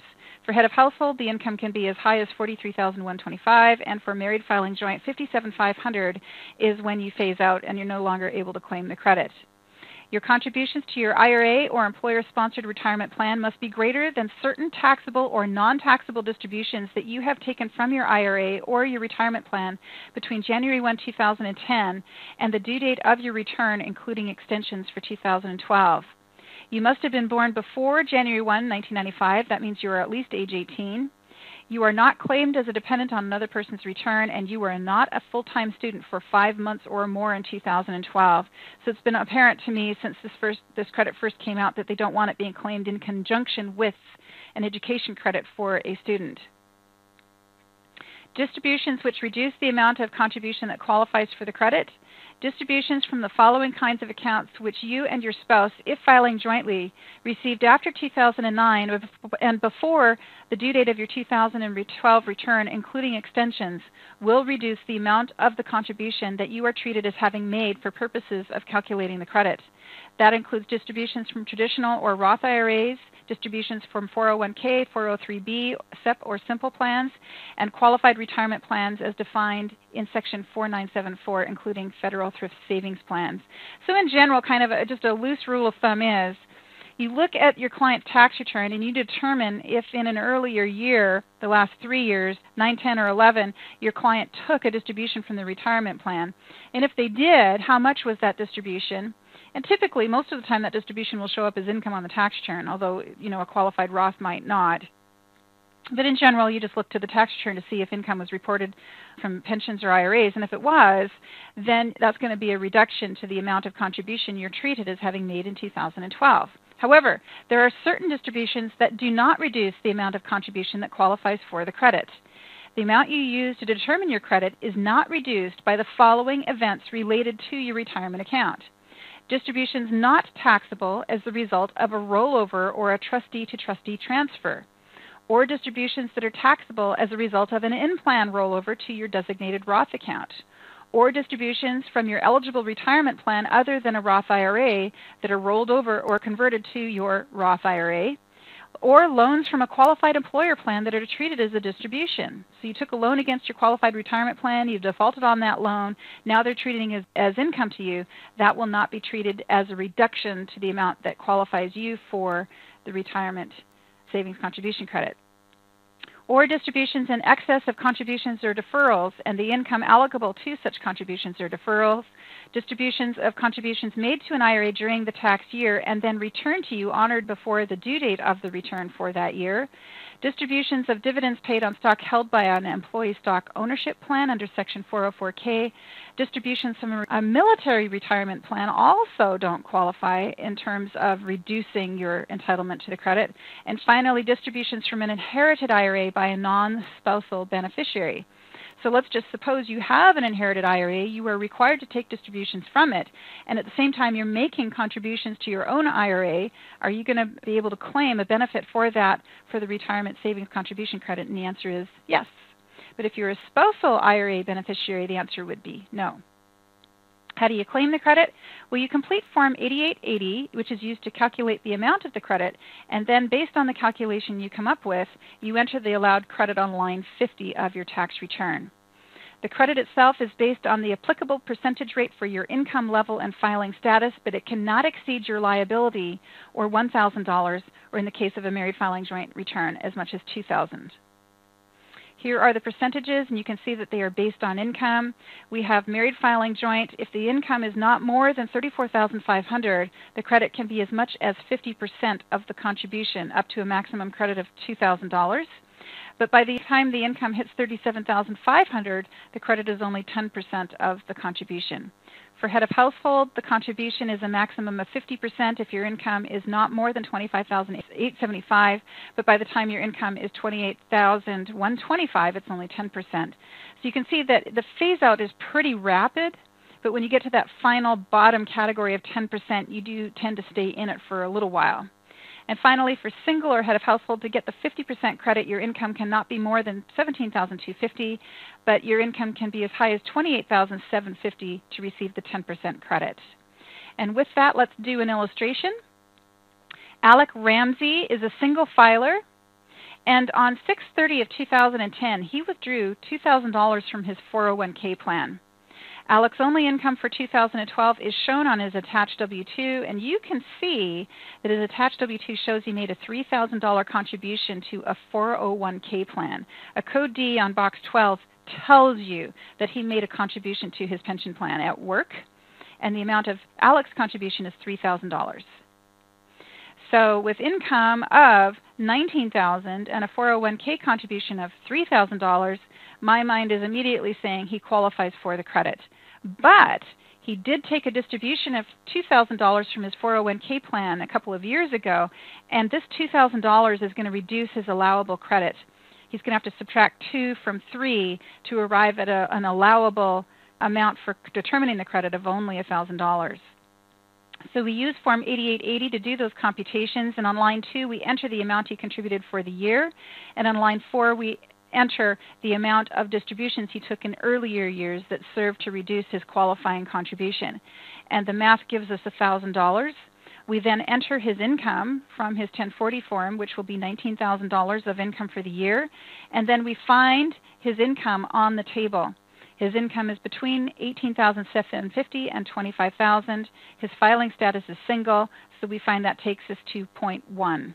And we enter 0.1 or 10% on line 9.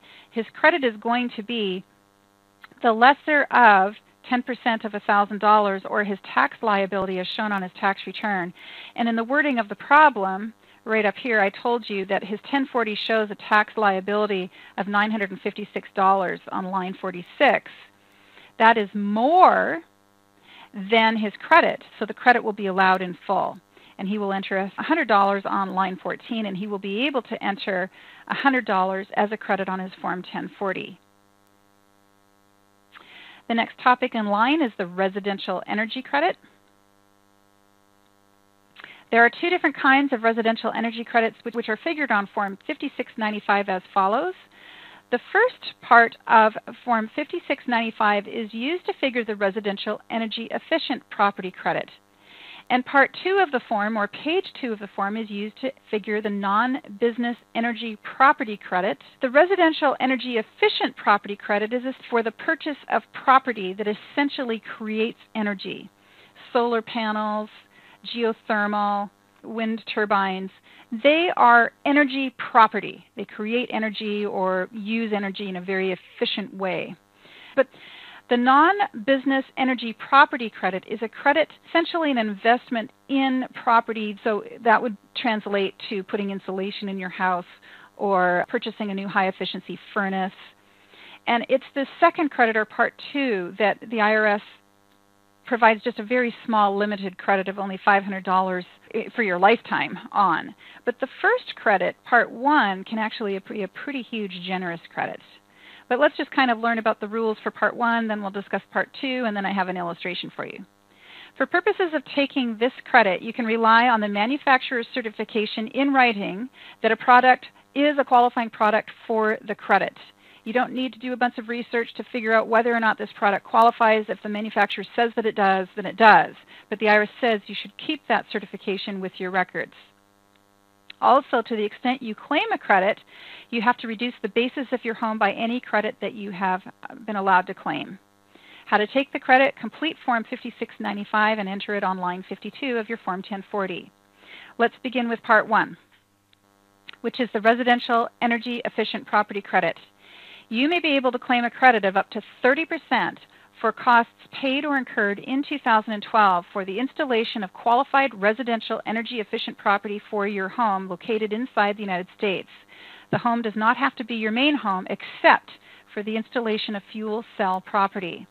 Residential energy efficient property costs include the cost for any of the following: solar electric property, solar water heating property, small wind energy property, geothermal heat pump property, and fuel cell property.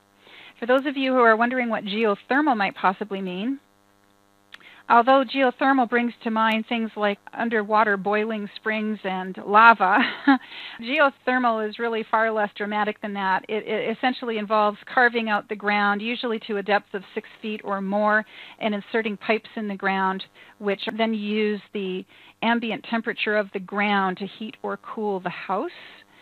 And they can be fairly expensive to install because you have to excavate such a large area. Typically, they're really only worthwhile if you have you have a house on an acreage where it's easy to excavate, or you do it at the time you construct the house. But it is possible to do it post-construction if you're prepared to rip up your entire yard.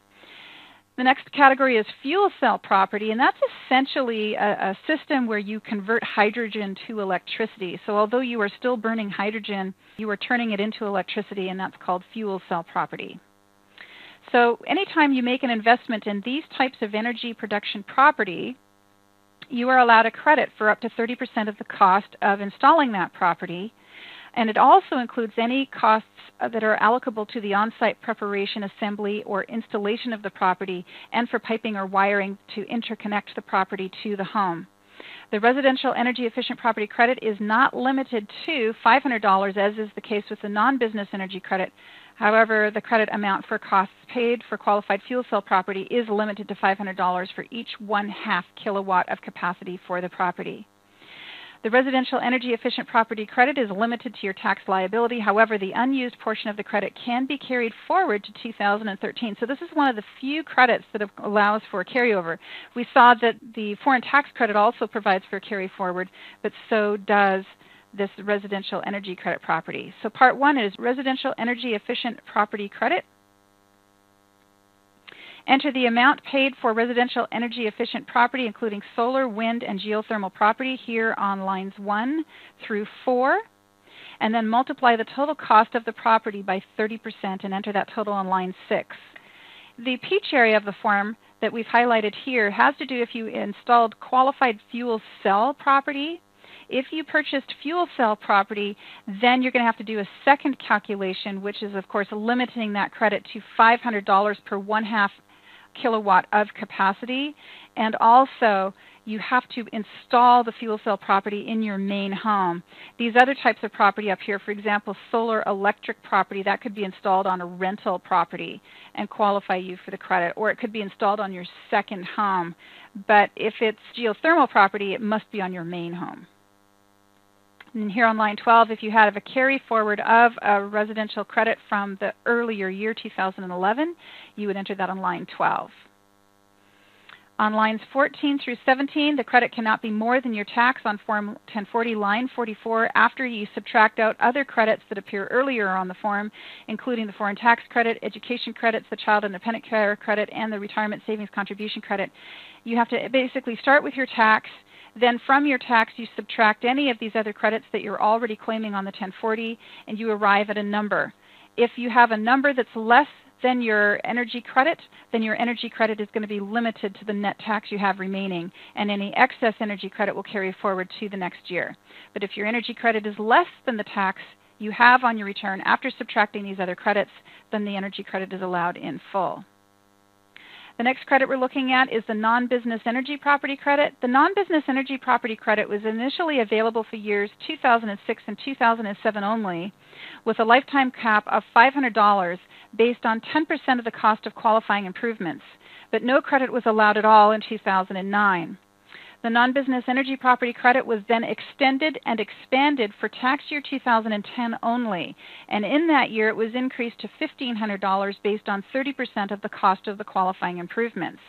That credit then expired for 2012, but the Taxpayer Relief Act of 2012 extended the credit through 2013, and at the same time returns the lifetime cap to $500 based on 10% of the cost of the qualifying improvements. Qualifying non-business energy property is divided into two categories. One of those is qualified energy efficiency improvements, and the other is residential energy property costs. In addition to the $500 limit, the following limits also apply based on the type of property that you bought. Windows, the maximum credit you can claim for windows is $200. $50 for any advanced main air circulating fan. $150 for any qualified natural gas, propane, or oil furnace or hot water boiler, or $300 for any item of energy efficient building property. If the total of any non-business energy property credits you have taken into account in previous years is $500 or more, you generally cannot claim the credit in 2012. Qualified energy efficiency improvements, we talked about here we have qualified energy improvements and qualified property costs, residential property costs. The first one we're going to talk about is improvements and what is considered to be an improvement. Well, improvement includes things like insulation, installing exterior windows and skylights or exterior doors, or installing a metal roof that has pigmented coatings, or an asphalt roof with appropriate cooling granules that are specifically and primarily designed to reduce the heat gain of your home. The improvements must be on or in your main home, and you must have owned the home in 2012, and it must be located inside of the United States. Also, the component should be expected to remain in use for at least 5 years, and the component must meet certain energy standards. Do not include amounts paid for the on-site preparation, assembly, or original installation of the building envelope component. Qualified residential energy property costs. This is the other side of Part 2 of the credit. Residential energy property costs are costs of new qualified energy property that is installed on or in connection with your main home that you owned during the year. And qualified energy property costs include things like heat pumps, water heaters, electric heat pumps, central air conditioners, natural gas, propane, or oil heaters, and stoves that use biomass fuels, in other words, a wood stove. Qualified natural gas, propane, or oil furnaces, and qualified natural gas, propane, or hot oil water boilers, and certain advanced main air circulating fans used in natural gas, propane, or oil furnaces. And in the case of the property costs, you are allowed to consider the cost of labor, but in the cost of energy efficiency improvements, the cost of labor is not a factor. And of course, for example, with insulation, insulation is actually pretty cheap to buy. If you go down to the local home improvement store and purchase insulation, you can buy a lot of insulation for not a whole lot of money. But insulation is really kind of nasty stuff, and it's quite a bit of work to install. And if you pay someone to install your insulation, the cost of the installation is not going to contribute towards the credit if it's insulation, because that's an efficiency improvement. But if we go down to energy property costs, such as you install a wood stove in your home, and it's a qualifying wood stove, then the cost of purchasing the stove and installing the stove, both of those can qualify towards the credit. Non-energy property credit energy standards: exterior windows, doors, and skylights must meet or exceed the Energy Star program requirements. Wood stoves must have a thermal efficiency rating of at least 75%. Natural gas, propane, or oil furnaces or hot water boilers must achieve an annual fuel utilization efficiency rate of not less than 95%. Here is part 2, where we claim the non-business energy property credit. And on here we have the lifetime limits. You can see that's where we start on line 20. It asks how much credit did you claim on $56.95 in 2006, 7, 9, 10, 11, and enter those. And if you get a number on line 20F that's $500 or higher, you cannot claim this credit. Line 21, you enter the amount paid for energy efficiency improvements such as insulation, new windows, and doors, but do not include the cost of labor. And then on line 24, you enter the amount paid for qualified property costs such as heat pumps and furnaces, and you do include the cost of labor. But of course, you are limited by these other limits where it says energy efficient building property, do not enter more than 300. Qualified natural gas, propane, or oil or hot water boiler, do not enter more than 150. Advanced main air circulating fan used in a natural gas, propane, or oil furnace, do not enter more than 50. And then up here under windows, it says exterior windows and skylights that meet Energy Star requirements. The maximum amount that can qualify for the credit is $2,000, and of course you would multiply $2,000 by 10%, and you're limited to a $200 credit on windows. So that is the end of the topic on residential energy credits. We're now going to move on to one of my favorites, which is the electric and alternative fuel vehicle credits. I don't know, I just somehow love the concept of an electric car. It seems kind of space age to me. So when electric cars come out, I'm an admirer. I like to see all the models that are out and what people are driving. And so I go find pictures and stick them in here. Portland, Oregon, where I live and where our school is located, is considered to be a green city. It's kind of a benchmark or standard that is set for the country. And some of the electric car manufacturers have therefore chosen Portland as a testing place to launch their electric cars to see how readily they're being accepted into the marketplace. Nissan produces the Nissan Leaf that you see right here. And Portland was shown as the launch point for the initial introduction of that particular vehicle into the United States market for electric cars. I don't know that Chevy chose Portland as a launch point, but there's sure plenty of Chevy Volts driving around, and it happens to be the case that last year my husband ended up buying a Chevy Volt.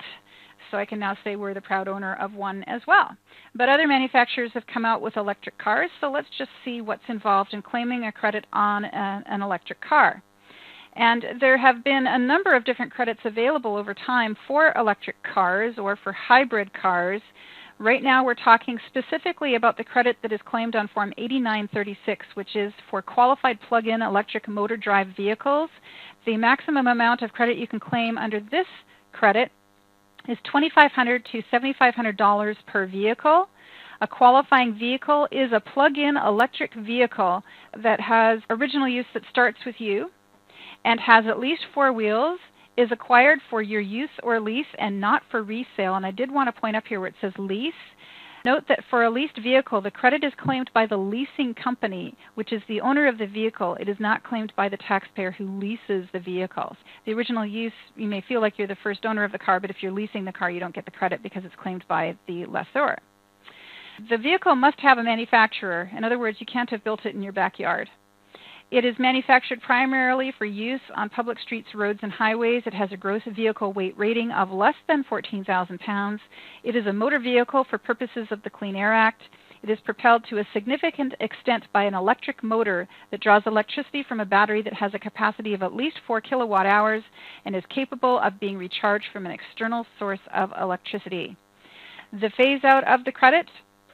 This credit, like the hybrid credit that was claimed on Form 8910, is subject to a phase-out when a manufacturer produces enough vehicles or manufactures enough vehicles and sells them in the United States.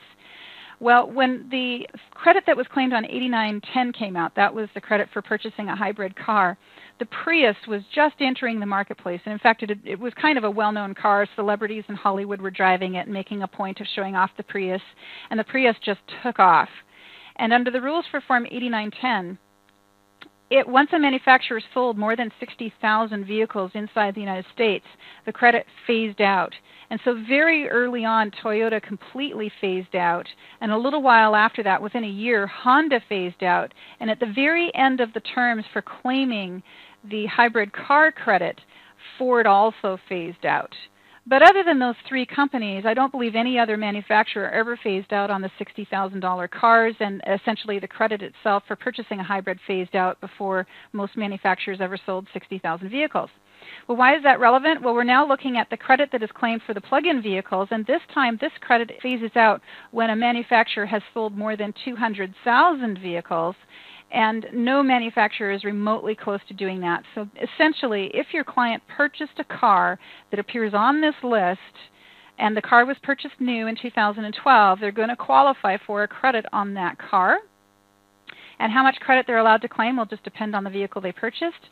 The American Honda Accord is brand new, coming out on the market probably late this year or early next year. It qualifies for a reduced credit of $36.26. Why is the credit smaller? The capacity of the battery is going to be smaller. Most of the vehicles you see listed qualify for $7,500 credits, including the Chevy Volt. And the Chevy Volt credit is $7,500, and the Chevy Volt is able to go about 40 miles on a charge. But we compare that to the Ford C-Max Energy and Ford Fusion Energy. They're eligible for only 50% of the total credit. In other words, $3,751 rather than $7,500. And Ford is advertising those vehicles as getting about 20 miles on a charge. Both the Ford and the Chevy have electric and gasoline motors in them. Many of these vehicles are purely electric, and once the electricity runs out, the car is out of power. But other manufacturers you may have heard of besides Ford and Chevrolet and the Nissan Leaf are the Toyota Prius now has a plug-in version. It qualifies for a $2,500 credit. Toyota also has a RAV4 EV. And every time I visit the IRS website, by clicking on the link you see right here in the manual, we can see what else has been added to the list. This is the form that you claim the credit on, 8936. Another credit that has been out for a few years and was expired for 2012 but then was reinstated by the Taxpayer Relief Act of 2012 is the Qualified Plug-in Electric and Electric Vehicles Credit. And this credit really applies to those 2- and 3-wheeled electric motorcycles and scooters that are created for use on public streets. The credit used to also be available for slow-speed 4-wheeled vehicles. But in terms of slow-speed 4-wheeled vehicles, they no longer qualify for the credit for 2012 or 13. Now the credit is entirely reserved only for 2-wheeled and 3-wheeled vehicles. But if they meet the requirements, the credit is 10% of the purchase price of the vehicle, limited to $2,500 per vehicle. And that credit is claimed on Form 8834.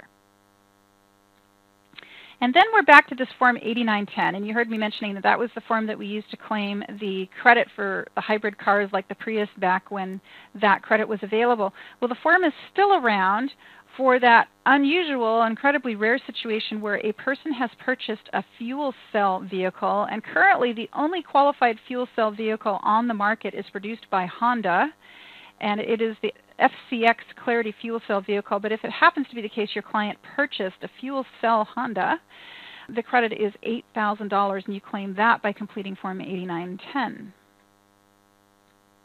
Now I have an illustration in the manual of a taxpayer who's qualifying for both the credit for purchasing a plug-in electric vehicle as well as an energy credit for their residential energy credit on their home. And in this story, our character is named Bruce Wayne. And on November 15, 2012, he purchased a new 2012 Chevy Volt. And in November of 2012, he remodeled his home and installed a new asphalt roof with granules designed to reduce cooling costs for his home. The installation charges were $7,000. Bruce's only income came from wages. His W-2 is attached. Prepare his Forms 5695, 8936, and page 2 of his Form 1040 as shown next. We see the W-2 shows $100,000 of income. He had $25,000 of wages withheld, and he also paid $9,500 of state income tax. That tells you he'll be itemizing his deductions. Then on to the Form 5695, we begin by entering his address, and we answer yes to the question, were the improvements costs on your main home located inside the United States? And the answer is yes. And then were any of the improvements related to the construction of a main home? No, they were not. They were put on an existing home. And then on line 21C, metal or asphalt roof that meets or exceeds Energy Star programs, we enter the cost of the asphalt roof only. We don't enter any of the costs of installation. We then take $9,000, multiply that by 10%, and we get $900. But the credit cannot exceed $500, and so his credit is limited to $500. Moving on to the qualified plug-in electric drive motor vehicle. On there we enter the date that it was purchased. We enter a description of the vehicle, the amount of the credit. The credit cannot be more than his tax minus other credits. And so in Part 3 of the form, we look to see if his credit is going to be reduced by any of the other credits he is claiming. And the answer is he will look at his income, and his taxable income arrived at tax of $17,744, but from that we have to subtract the residential energy credit of $500, and it gives us a reduced amount of $17,244. But that $17,244 is still more than his credit, so he's going to be allowed his plug-in electric credit for the full $7,500. We move over to page 2 of his Form 1040. We start with his adjusted gross income of $100,000. We deduct out his itemized deductions of $9,500, his personal exemption of $3,800. We get his taxable income of $86,700, and for a single person, the tax tables give us $17,744. We then enter on line 52 his residential energy credit, and on line 53 we enter 8936 on the blank line next to line C. We check box C, and we enter $7,500 on the line. That gives us $8,000 of total credits. They are subtracted from his tax to give a net tax of $97.44. His withholding is $25,000, so he's left with a refund of $15,256. Gollum, G-O-L-L-U-M, Gollum.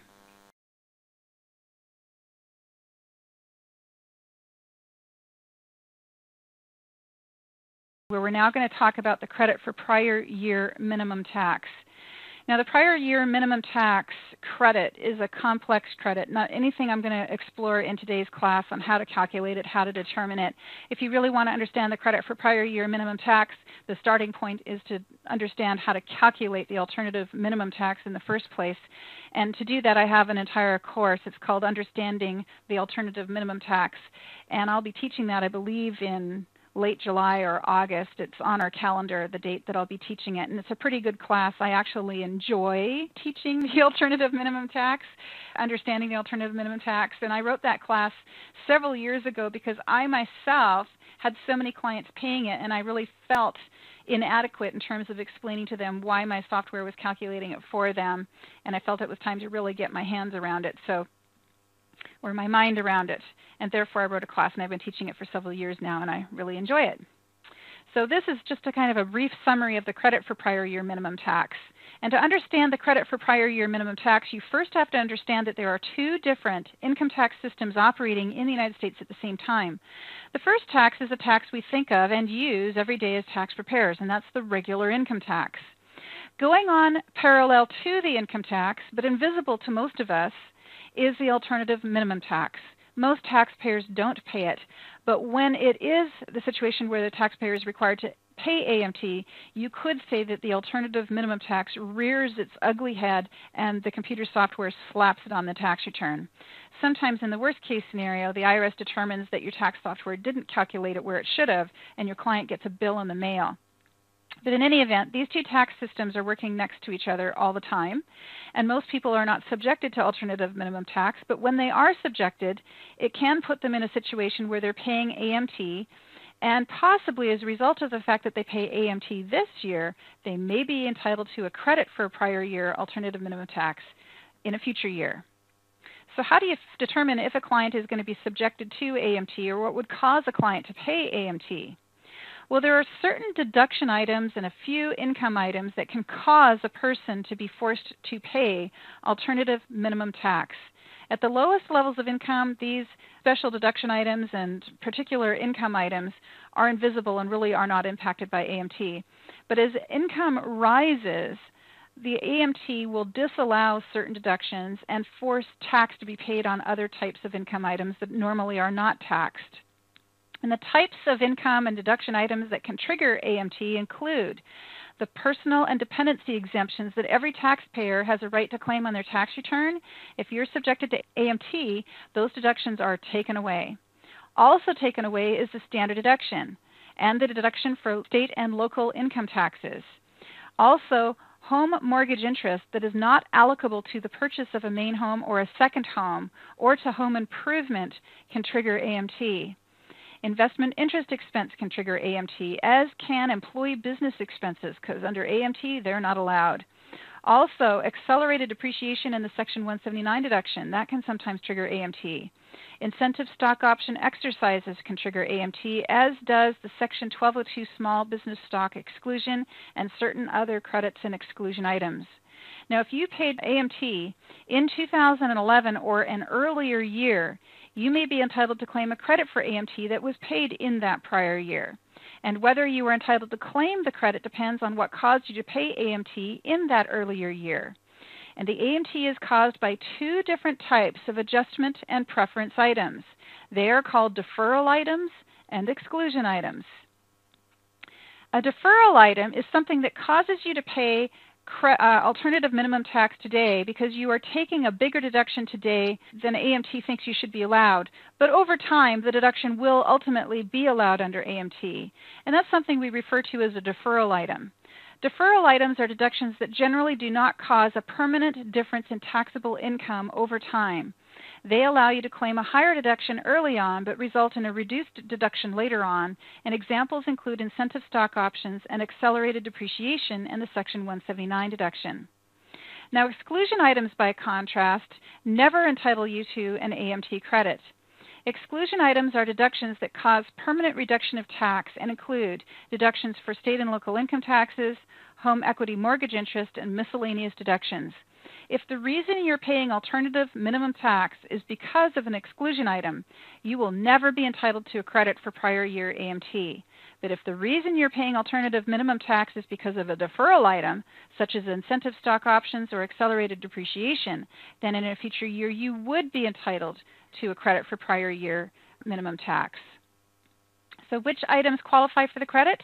The credit for prior year minimum tax is allowed only for deferral items, and you may be able to claim the credit if you paid AMT in 2011 or an earlier year, you had an unused minimum tax credit that you carried forward from a prior year, or you had unallowed qualified electric vehicle credits.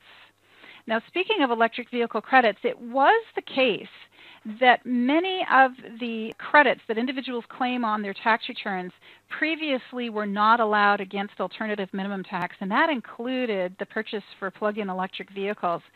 But for 2011, the AMT restriction was taken away. It was supposed to return for 2012. However, the Taxpayer Relief Act of 2012 has permanently extended tax relief to all filers claiming any of those energy credits, basically any individual credits, and no longer will AMT take those away. So that's a good thing. The next credit that we're going to talk about is the mortgage interest credit. The home mortgage interest credit has been around for a long, long time. I can remember doing a tax return for a client my very first year as a tax preparer, and my client qualified for this credit. But as a practical point, very few taxpayers actually hold the certificate that entitles them to the credit.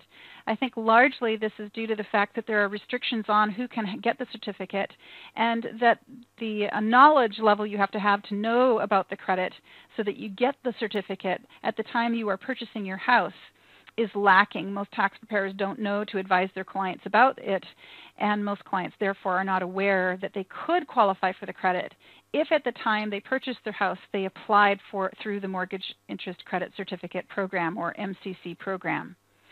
Now, how do you qualify under the MCC program?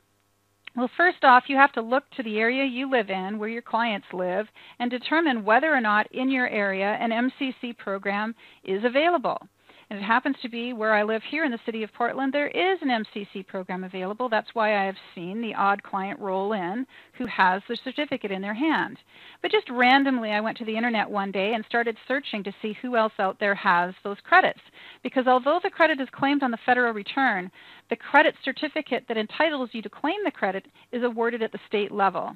And what I found just by randomly searching is that Santa Clara County has an MCC program, and information about their program is located here.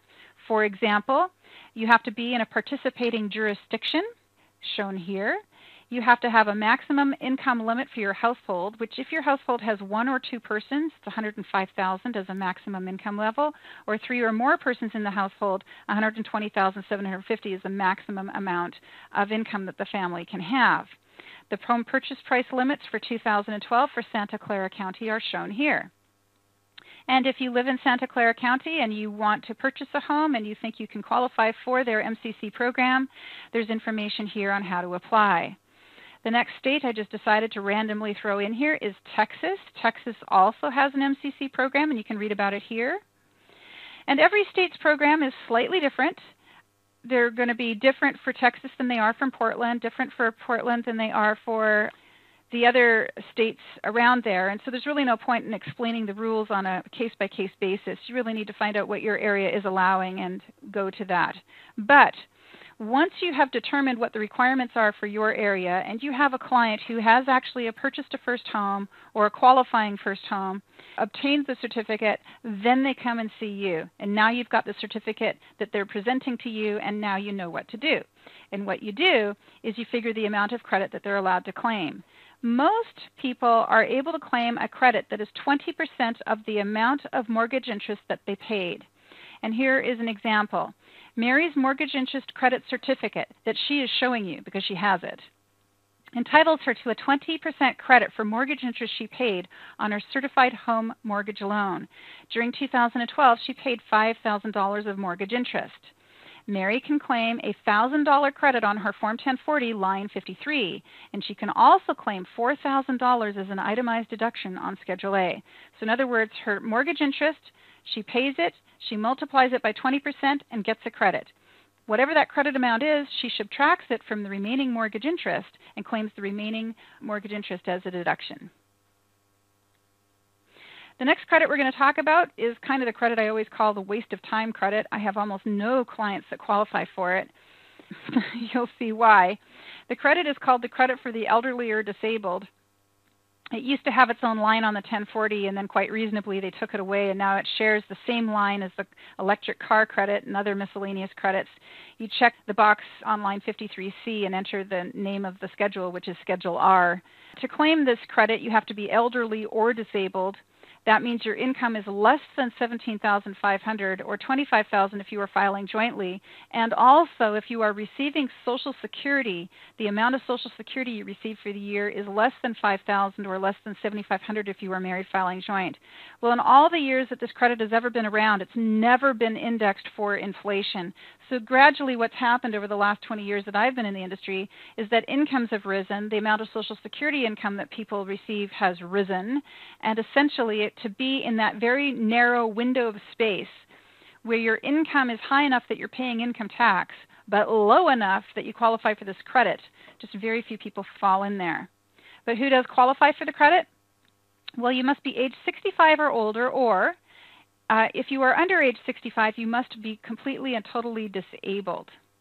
And if you are disabled, then you have to meet the tests for being disabled, which essentially means that you're not able to engage in any form of substantial gainful activity, and you must have a letter from a physician stating that your condition has lasted or is expected to last continuously for 12 months or more, or lead until your death. The income limits for your filing status are shown here on the table, and it might not be that hard to find a married couple earning less than $25,000 for the year, but having that same married couple receive less than $7,500 of Social Security. Typically, I just don't see the magic combination of both of these. But if your client does fit that magic combination, you complete Schedule R, you check the line box C on line 53 and enter the amount of the credit on the line. Another credit that is now defunct, faded into history, is the District of Columbia First-Time Homebuyer Credit. But that particular credit has a carry forward in it. And if 2011 is the last year you could purchase a new home and qualify for the District of Columbia First-Time Homebuyer Credit, but because the credit has a carry forward, you may still see people carrying it forward to 2012. The next topic we're going to look at is refundable credits, and that takes us to the bottom of Form 1040. The remaining credits that are claimed at the bottom of 1040 as a refundable credit are the American Opportunity Credit, the excess Social Security tax and Tier 1 railroad tax withheld, credit for federal tax on fuels, credit for tax on undistributed capital gain, and the health coverage tax credit. Of all of these, the only one that you're commonly going to run across is the excess Social Security and Tier 1 railroad tax withheld. And so that's the one I'll show you more of an illustration on, and that's what's coming up right here. Most employers are required to withhold Social Security tax on your wages when you're paid. But if you work for an employer and your W-2 hits $110,100, the employer at that point is supposed to stop doing Social Security withholding because you've maxed out. Now what can happen is if you work for one employer and earn $80,000, and then you work for another employer in the same year and earn $60,000, you take those two W-2s and you combine them together and you're at $140,000. But both employers individually will have withheld Social Security tax on the wage that they paid you, and because the combined wages go over $110,100, they will have combined held out too much Social Security tax. That will only happen when you work for two or more employers in the same year. It will not happen when you work for only one employer. Now, if it happens to be the case that you have only one employer and that employer did not know that they needed to stop withholding when you hit $110,100, then you need to go back to your employer and have them adjust your W-2, essentially refund to you the excess withholding. So the only time you would ever claim a credit on your tax return for excess Social Security tax withheld is when you worked two or more jobs, two or more employers, and combined between them you earned more than $110,100, and because of that they held out too much tax. Now I did want to point out a caution here. If you are filing a joint return with your spouse, be very careful to not add the wages of the two spouses together, because the individual wage of each spouse is treated separately for purposes of the Social Security tax limit. Now, if you're using computer software, it is really easy to mess this one up. I've done it. Pretty much every person who's ever worked for me has done it. I bet you every tax preparer on the planet has done it at some time. And what happens is when you're entering your W-2s in for a client into your tax software, that software should be asking you, is this W-2 that you're entering for the taxpayer or is it for the spouse? And if you're not paying attention to what you're doing and you just enter the W-2s without indicating whether the W-2 is for the taxpayer or the spouse, the software will assume they all belong to the taxpayer in most cases. And since the software assumes they all belong to the taxpayer, then the software can add up all the W-2s and assume there's excess withholding when there is none. And since I've done it personally and I've seen so many other preparers working under me do it, it's pretty much safe to say that everyone's done it at some point, including tax clients who've come to see me because they've gotten letters from the IRS on this very matter. So let's do an illustration of what I'm talking about. Works one job and works two jobs are married. One job has one W-2 for the year and two jobs has two W-2s for the year. You can see works one job earned $50,000 for the year with $2,100 of Social Security withholding. Works one job will not qualify for the credit for excess Social Security tax withheld. If you're not paying attention, however, you might accidentally tell your software that works two jobs are really part of works one job's income or vice versa, in which case this $2,100 might accidentally get refunded by your software, and you don't want that. But let's move on down to works two jobs. works 2 jobs, has 2 W-2s, one for $55,000 and one for $60,000. Well, if you take 55 and 60, what do you get? You get 115, which is more than 110. So you know that works 2 jobs is going to be eligible for the credit for excess Social Security tax withheld. You look at how much Social Security tax was withheld on each W-2 and you add those amounts together. And when you do that, you get $4,830. The maximum amount of Social Security tax that works 2 jobs is required to pay for the year is $4,624. $4,624 from $4,830 is $206, and that is the amount of the credit that works 1 job and works 2 jobs can claim on their joint return. On line 69, we're going to enter $206 as a refundable credit. We come to a classwork assignment for Jack Bauer. Jack Bauer and Terry Bauer bought their first home on May 25 of 2012, and they also have 1 child for whom they claim as a dependent, Kim. Kim is a full-time student enrolled in a degree program, and she paid $8,000 in tuition fees and books and supplies for the year. The Bauers became proud owners of a brand new 2012 Chevy Volt costing $41,000. Then on October 31, 2012, the Bauers finished installing the following energy efficiency improvements to their vacation home in Colorado. They installed a geothermal heat pump costing $20,000. The equipment was $10,000 and the labor was $10,000. They also installed solar panels at a cost of $10,000, where the equipment was $7,000 and the labor was $3,000. The Bauers also had $1,500 of ordinary dividends, and the Bauers are going to take their standard deduction, but their 1099 DIV and W-2s are attached. And here's the 1099 DIV. You can see ordinary dividends are being reported on line 1A, and on line 6 you can see that foreign tax was paid in the amount of $126. The W-2 shows $102,000 of wage for Jack, $34,750 of wage for Terry. Please pause the lecture video and complete this session's classwork. Enter your answers into the LMS when you have finished. Then resume the lecture for the classwork review. And here is the answer key for Jack and Terry Bauer. Again, a full copy of this answer key can be obtained inside the Learning Management System, Open Campus. Simply go to the materials page of the site, scroll down until you get to Classwork Assignment Key, and you will be able to print it out. Now, this particular answer key has lots of verbiage in the description. It's common for me to do that, to actually go through and describe paragraphically what's happening on the tax return. Paragraphically, for the education credit, Kim is eligible for the American Opportunity Credit. The Bauer's income is less than $180,000.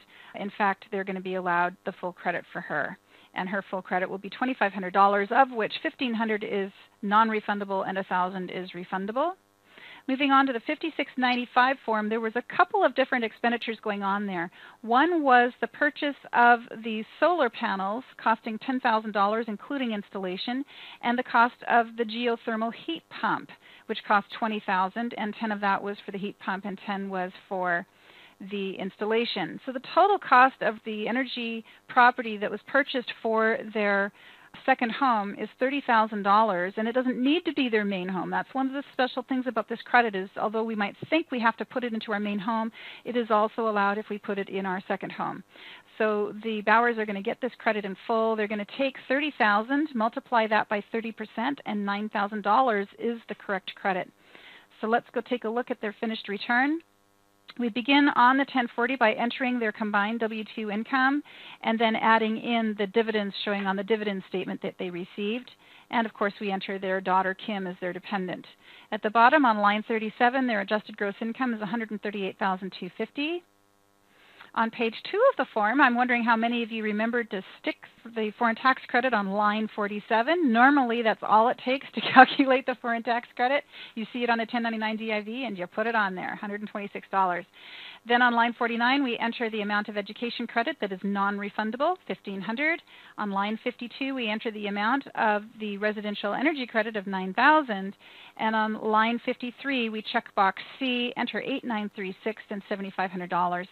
Their total credits are $18,126, leaving them with only a $2,672 tax liability.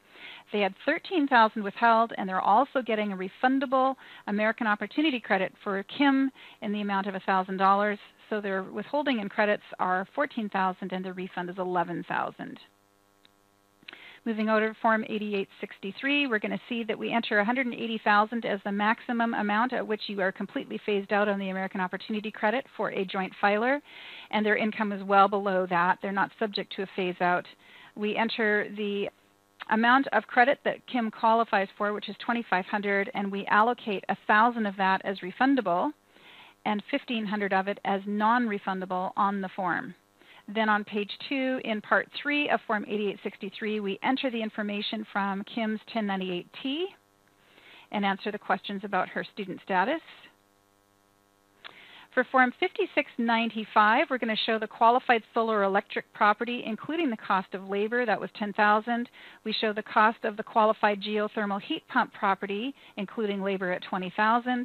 We total those up, we get $30,000. We multiply that by 30%, $9,000, and that's the amount of the credit.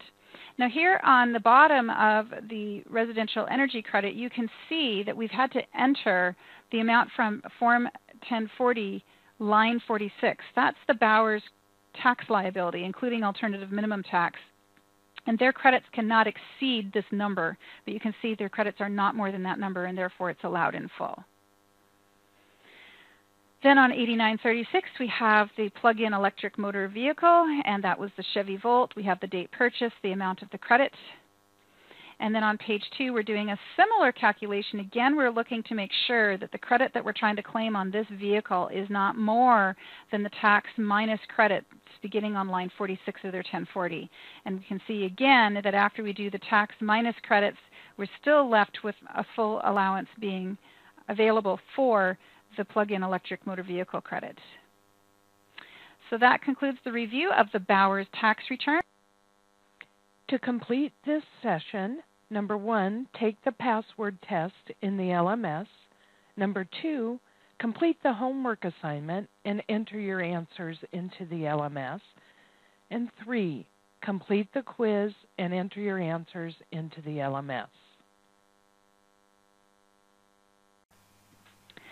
Phaser, P-H-A-S-E-R, Phaser.